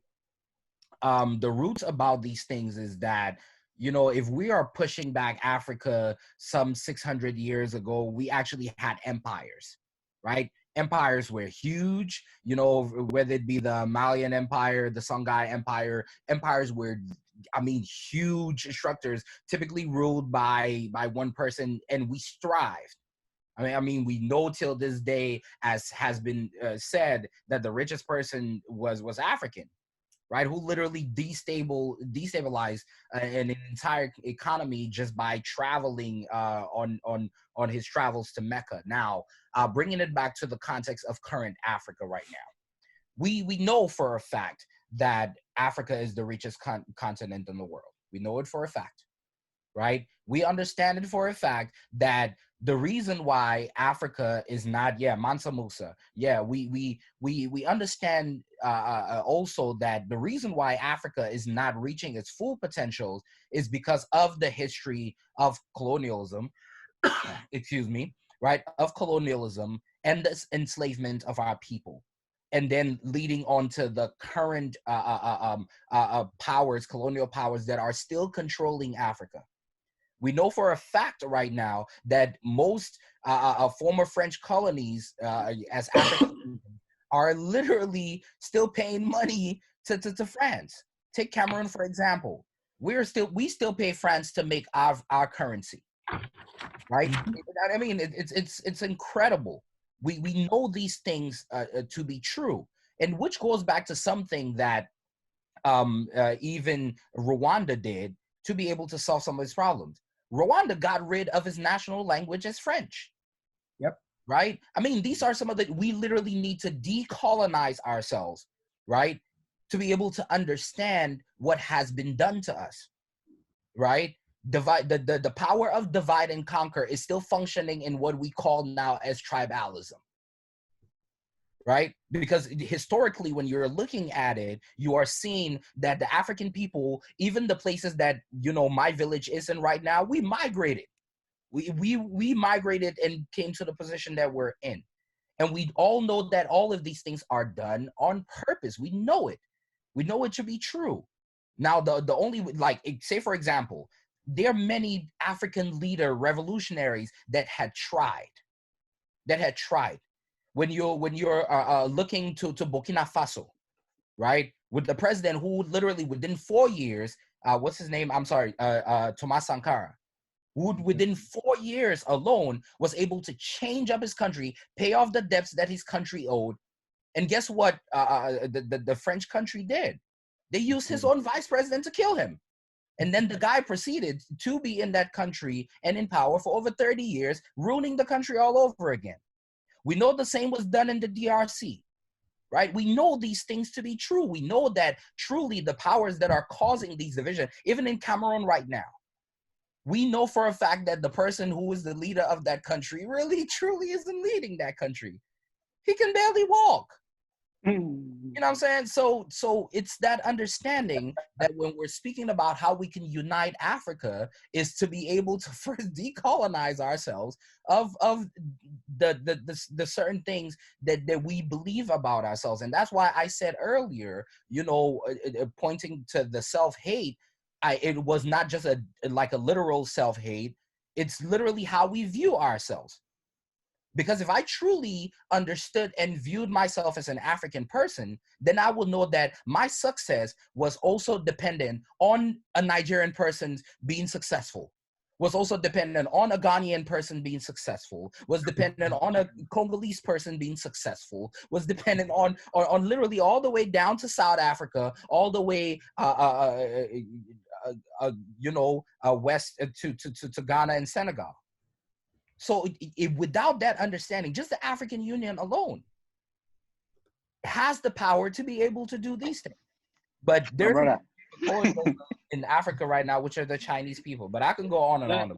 Yeah, we got essay, and then we can, you know what I'm saying? Essay, fire away. Yeah, I was just like on the point of whether or not our generation can be the force for change. I think when we look at, like, when I go home into Nigeria and I see what the vibe is and how people operate on a political sense, I realize, like, while there definitely are people who are who want change and are working towards change, I don't think there's anyone I would necessarily consider a revolutionary, which I think is what we need. We need revolutions. I don't think there's anyone I would necessarily consider that in this time and age. I think what I notice is people, the vast majority of people don't want change. They want their chance at the corrupt system. They don't want a chance to change it. They want a chance. They want their plates. They want their seat at the table. The table is corrupt. The table is tribalistic. The table is a mess. But they want to be able to sit a seat at the table, get their bag, and dip.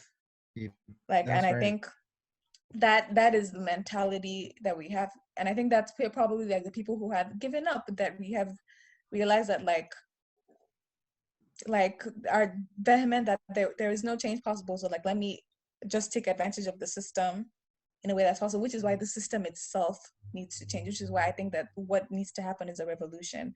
Like, we can't have an African the African democracy that operates in a capitalist system, because we will always be taken advantage of by Western countries if we are operating under capitalist systems. We can't have prosperous African countries. For the people in the back. We can't have African countries that operate on patriarchal systems. We can't have African countries that refuse to understand that Pan-Africanism is integral to our ability to succeed. We cannot succeed without our connection with diaspora, not just Africans in diaspora, but African Americans, Black British people, indigenous people in Pacific Island countries. I think then the core of this is not just, Buhari only cares about Fulani people, so everybody else can just. The core of it is what does Buhari care about? It's money. It's the capitalist systems that help him, that validate the tribalistic systems. The idea that we need to make money this way, therefore we need this tribalistic system to exclude this person so that we can keep the money and we can get richer and that person can be poor, and there can be the inequality that exists. We need a revolution, essentially. Where you from, a system that eradicates the systems that we have that are creating inequality in all these different spheres, whether economically, politically, culturally. And that is the only way that we can create change. And until we have that revolution, then people are just going to be saying, let's take advantage of the system that we have, because it will work to their favor. Yeah.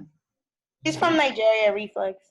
And that's because we don't have systems that actually do the work. Like, you can look in America, they start planning a road, for example. A road project starts 10 years before it's even implemented.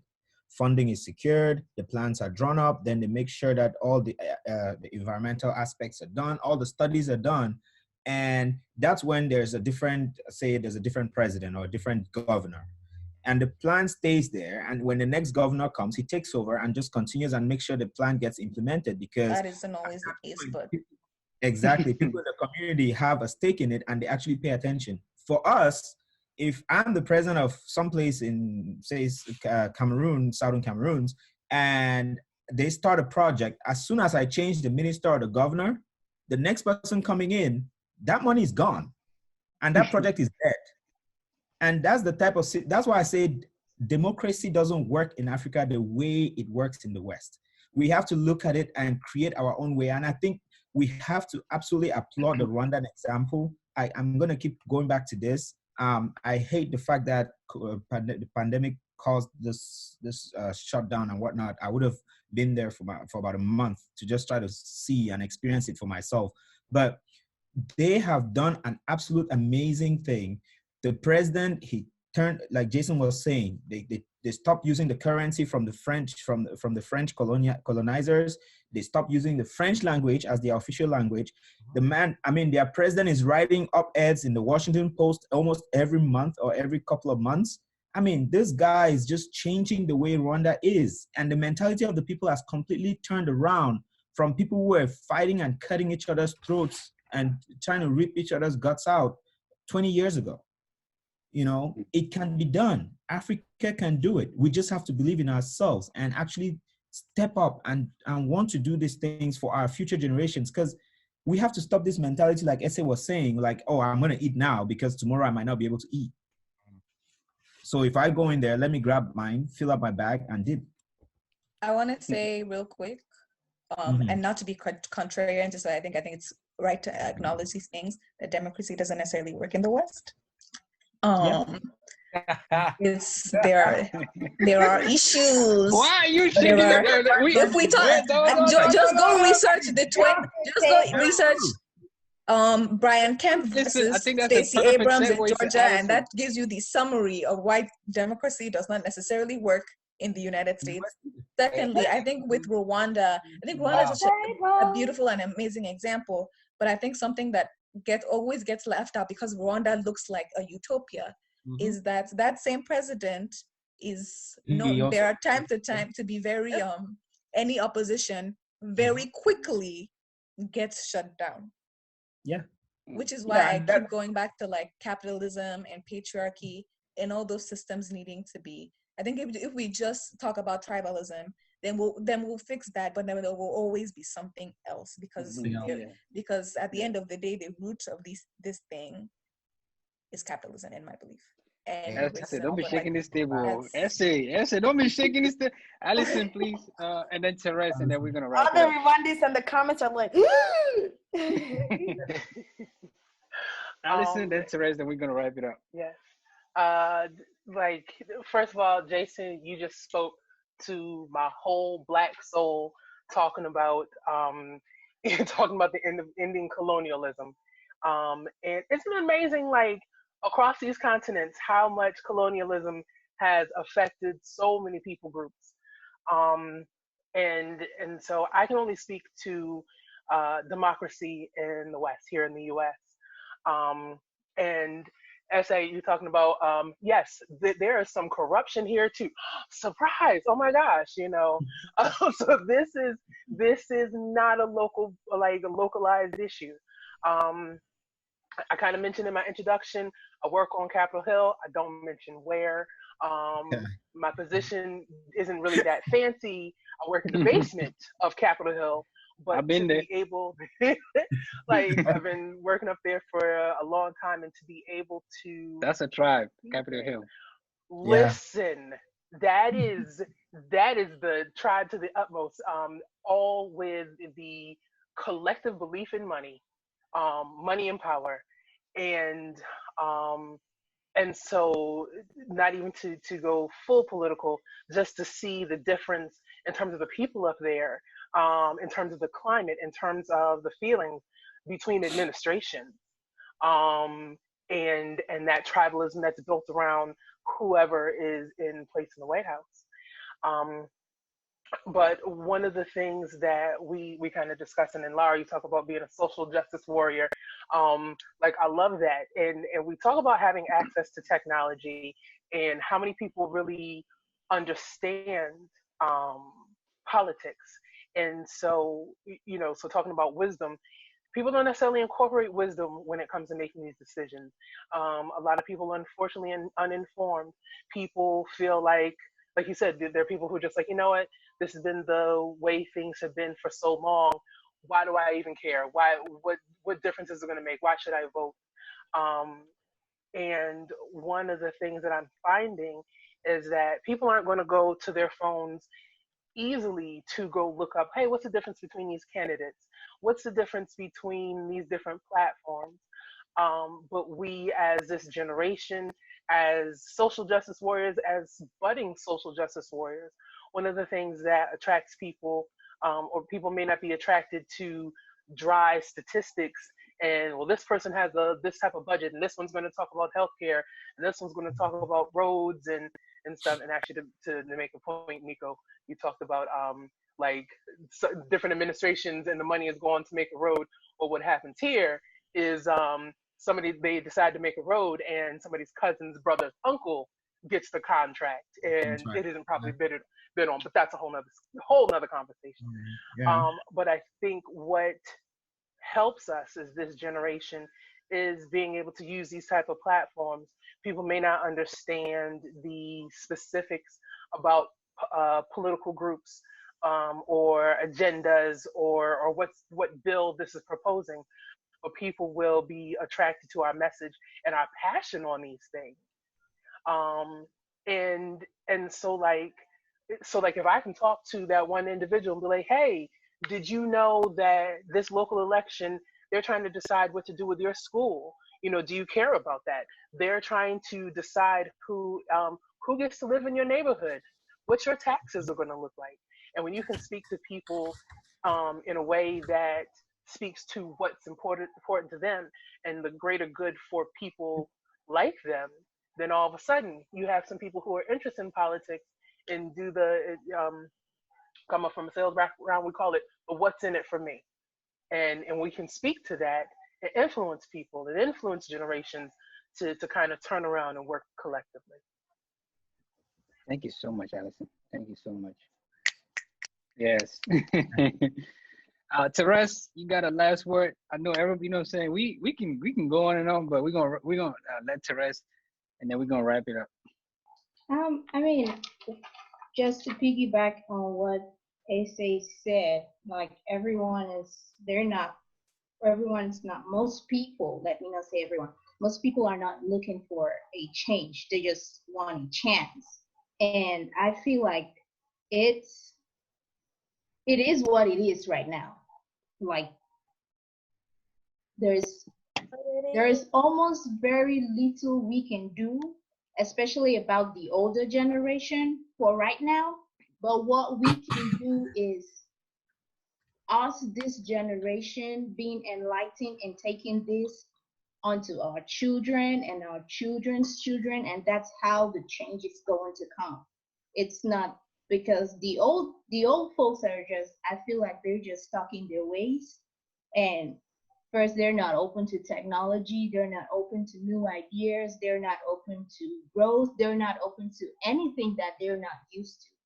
And that already, I would say, almost is a lost case. So what we have to do is, from here forward, a better us starts with a better me. Like if you have to put yourself in that position where you can shut down something that benefits just you. I mean, I want money, I want something. So if I'm in a position where it can come to me quickly at the detriment of the majority, will I have that integrity to say no? Will I have that? That's how revolution starts. If you cannot have that integrity as a person to say no, or that integrity as a person to say, okay, this ends with me, this ends with this generation. Henceforth, we're trying to make Africa better. We're trying to make Black people better. It has to start with us. That mindset of saying, okay, it's beyond me. It's not just about me and my family and the people close to me. We always have to think about what would the future generation. Do you want your kids living in the same conditions like you do now? Do you want your grandchildren having this same conversation on, I don't know, Zoom version 3000, still having the same conversations that we're having right now? So things like this, we have to, I mean, this is a good platform. It gives us a good start. Like, we start here, we talk about it, we get educated, you know, we teach each other, we talk about things, and then we put action. Just not just knowing all this, we put action to it. And I feel like it's going to take a lot of integrity on our part, you know, to be able to go forward and make the changes that we need to see. So that's just me. Man, listen, man, I really want to thank each and every one of y'all so much. I think I can echo Hakeem Famudi on Facebook when I say everybody was speaking with such passion and conviction. We this was dope. This was dope. Accountability and integrity. Yes, yes. Man, listen, I want to see Nico reach out to Lynette, to Allison, and you know what I'm saying, some movie project. I want to see a collaboration open mic with Jason and all the poets in the house. Freddie, I know you're IT folk. Nico, I know you, I think you're IT as well. You know what I'm saying? I want to see some apps being built and, you know what I'm saying, changing Africa. Lala, I know you're going to keep shaking tables. You and Essay, they're going to keep shaking. You know what I'm saying? Essay, I'm curious. What does that flag in the back mean? This? Yeah. This is a piece of fabric I bought my freshman year. Okay, so sorry. I thought it had. I thought you think that was a flag? It's trying to be deep. I thought it had some. I thought it had some stuff. It looked like a. It looked like a fabric. Hey, now listen, man. Freddie, I pleasure meeting you. Pleasure meeting all of y'all. I love each and every one of y'all, man. I don't know where it is. Wait, before you all go, shameless plug, you know, because we gotta push our people forward. When I started out, I said I was working with a partner building out a platform or a community, basically, which is going to be an online cultural magazine, which we hope to use to bring together innovators of African descent, African Americans, everybody who is, you know, my color, who identifies as an African somehow, can come together, and we use this platform to, you know, not only learn and talk about things that affect us, as far as culture and food and music and movies and TV and everything else, you know, because I believe that the African has this, I always tell everybody, the African is naturally a storyteller. So we want everybody to tell our story. We want to tell our story in a very specific way so that everybody listens to the story the way we know it. We don't want anybody else telling our story. So we're building this community, this platform. It's an online community. We hope you can follow us. Last year, we had a Made in Africa Tech Conference, Made in Africa Experience Tech Conference in Silver Spring. This year, we're planning the same thing, much bigger, to involve a bunch of other things. I think, Jason, your company was part of our sponsors, Tesla Rosa.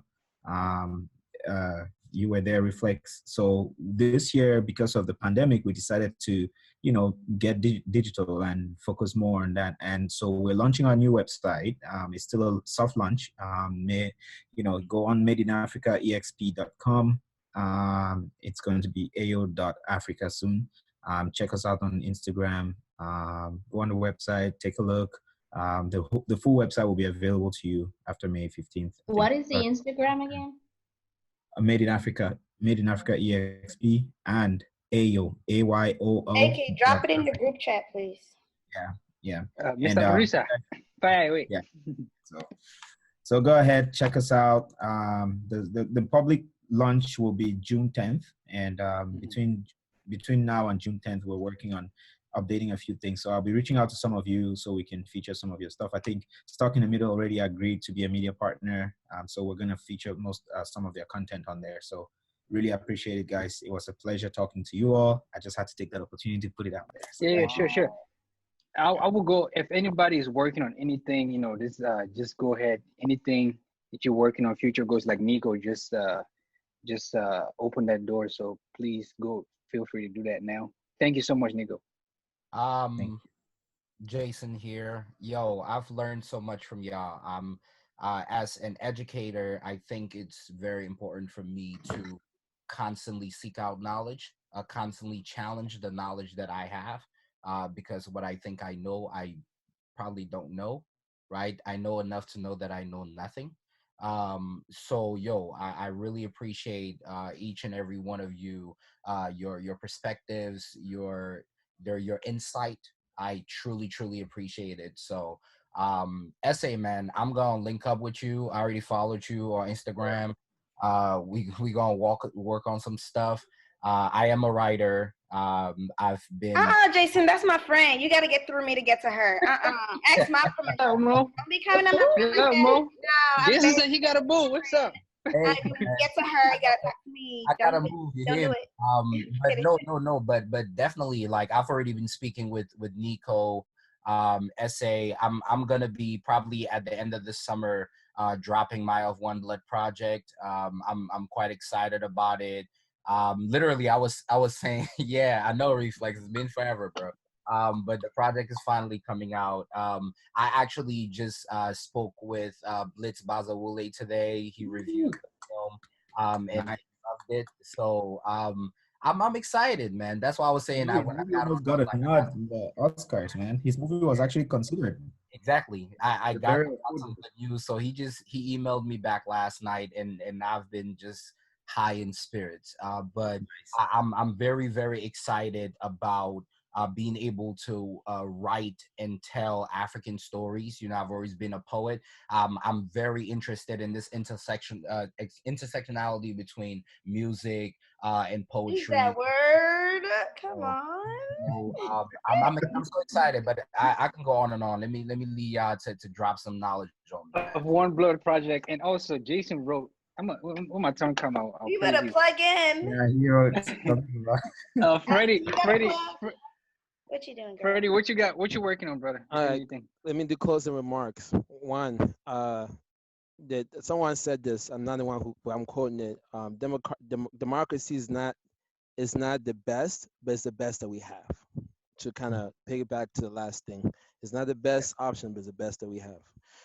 Then second thing, I wanted to run this idea by you guys. Then I'll close out, which is my my remedy of a better Africa is why I consider I coined this word. That's not I don't know if it's a real thing or not, but I call it the droplet formation. What does that mean? That means when the water drops, it creates a ring, and the way you could do that is a few people create a business and make it based at home, but you control the integrity of it. You control everything about it. Now, because when you thrive, other people want to implement that or want to work with you. But for them to work with you, they got to keep in the same integrity and the same discipline you guys have. They pretty much got to follow what you guys created. And then from there, the more you spread, the better you become, the more people want to be attracted. Therefore, you're spreading. And I think if a lot of us that, have ties to like back home, but have a lot of experience here and could bring something back home, if we actually unite and create businesses like that, it would change the whole continent. Where as it grows, it spreads out because people love a good thing. That's a universal truth. People love a good thing. But yeah, what am I working on, man? There's a lot of things. But I will say this: if you want to reach out to me on my at name Freddie eBay, you can find me on Instagram. I'm probably on private because I don't like socializing that much. But if you message me, I will definitely respond. If you add me, I'll definitely respond. As a video, there's a concept I'm working on similar to this called the voice in the crowd. I feel like our generation, enough people don't have common sense or wisdom. And what I do in that channel, you can find it on Facebook. If you type in a voice in the crowd, I will type it in here. But what you can do is I just talk about just things that matter in our social construct right now, what we're dealing with right now, whether it's just be, the political events or whether it be something as simple as just dynamics and how you should run a good home, like the importance of having discipline to your kids and actually holding them to it, things like that. But outside of that, I'm constantly doing my IT career and I'm moving things in the background. But those are two places you can find me. If you type in Frederick eBay, you'll find me. I type it in here. You can find me on Instagram under this handle that I'm using right now. And if you want to watch any of my videos or you want to have discussions where we could just talk about something and put it online, you could find that at A Voice in the Crowd, which I also put on the handle. Thank you guys. I appreciate you having me. You guys have been great talking to. I love the different, points that you guys were to bring to the table. And have a good night, guys. I'll still be on. Yes. Yeah. Thank you so much, man. DVD. What you working on? Who else? Anything you got some poetry coming out, Allison, or something?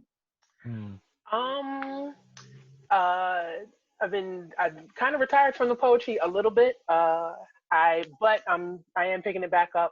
Right now, I'm actually working on launching a podcast. Okay. So just as a real short note, how did I find you as Stuck in the Middle? My podcast is going to be called Six in the Middle, Miss Six being my stage name.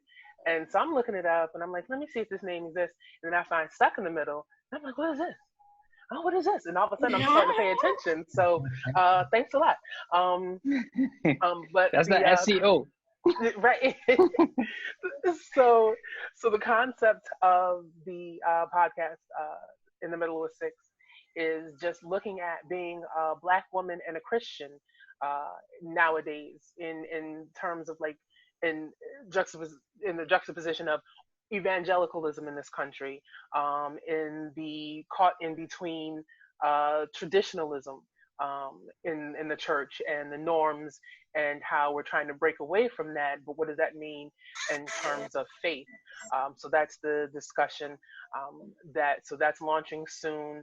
I actually do have a book, it's been out for a little while, called 15th in East Capitol, a collection of poems and short stories. You can find information about that. Waiting to launch the website, but you can find me on IG. My handle's up here, AllieD_Miss_6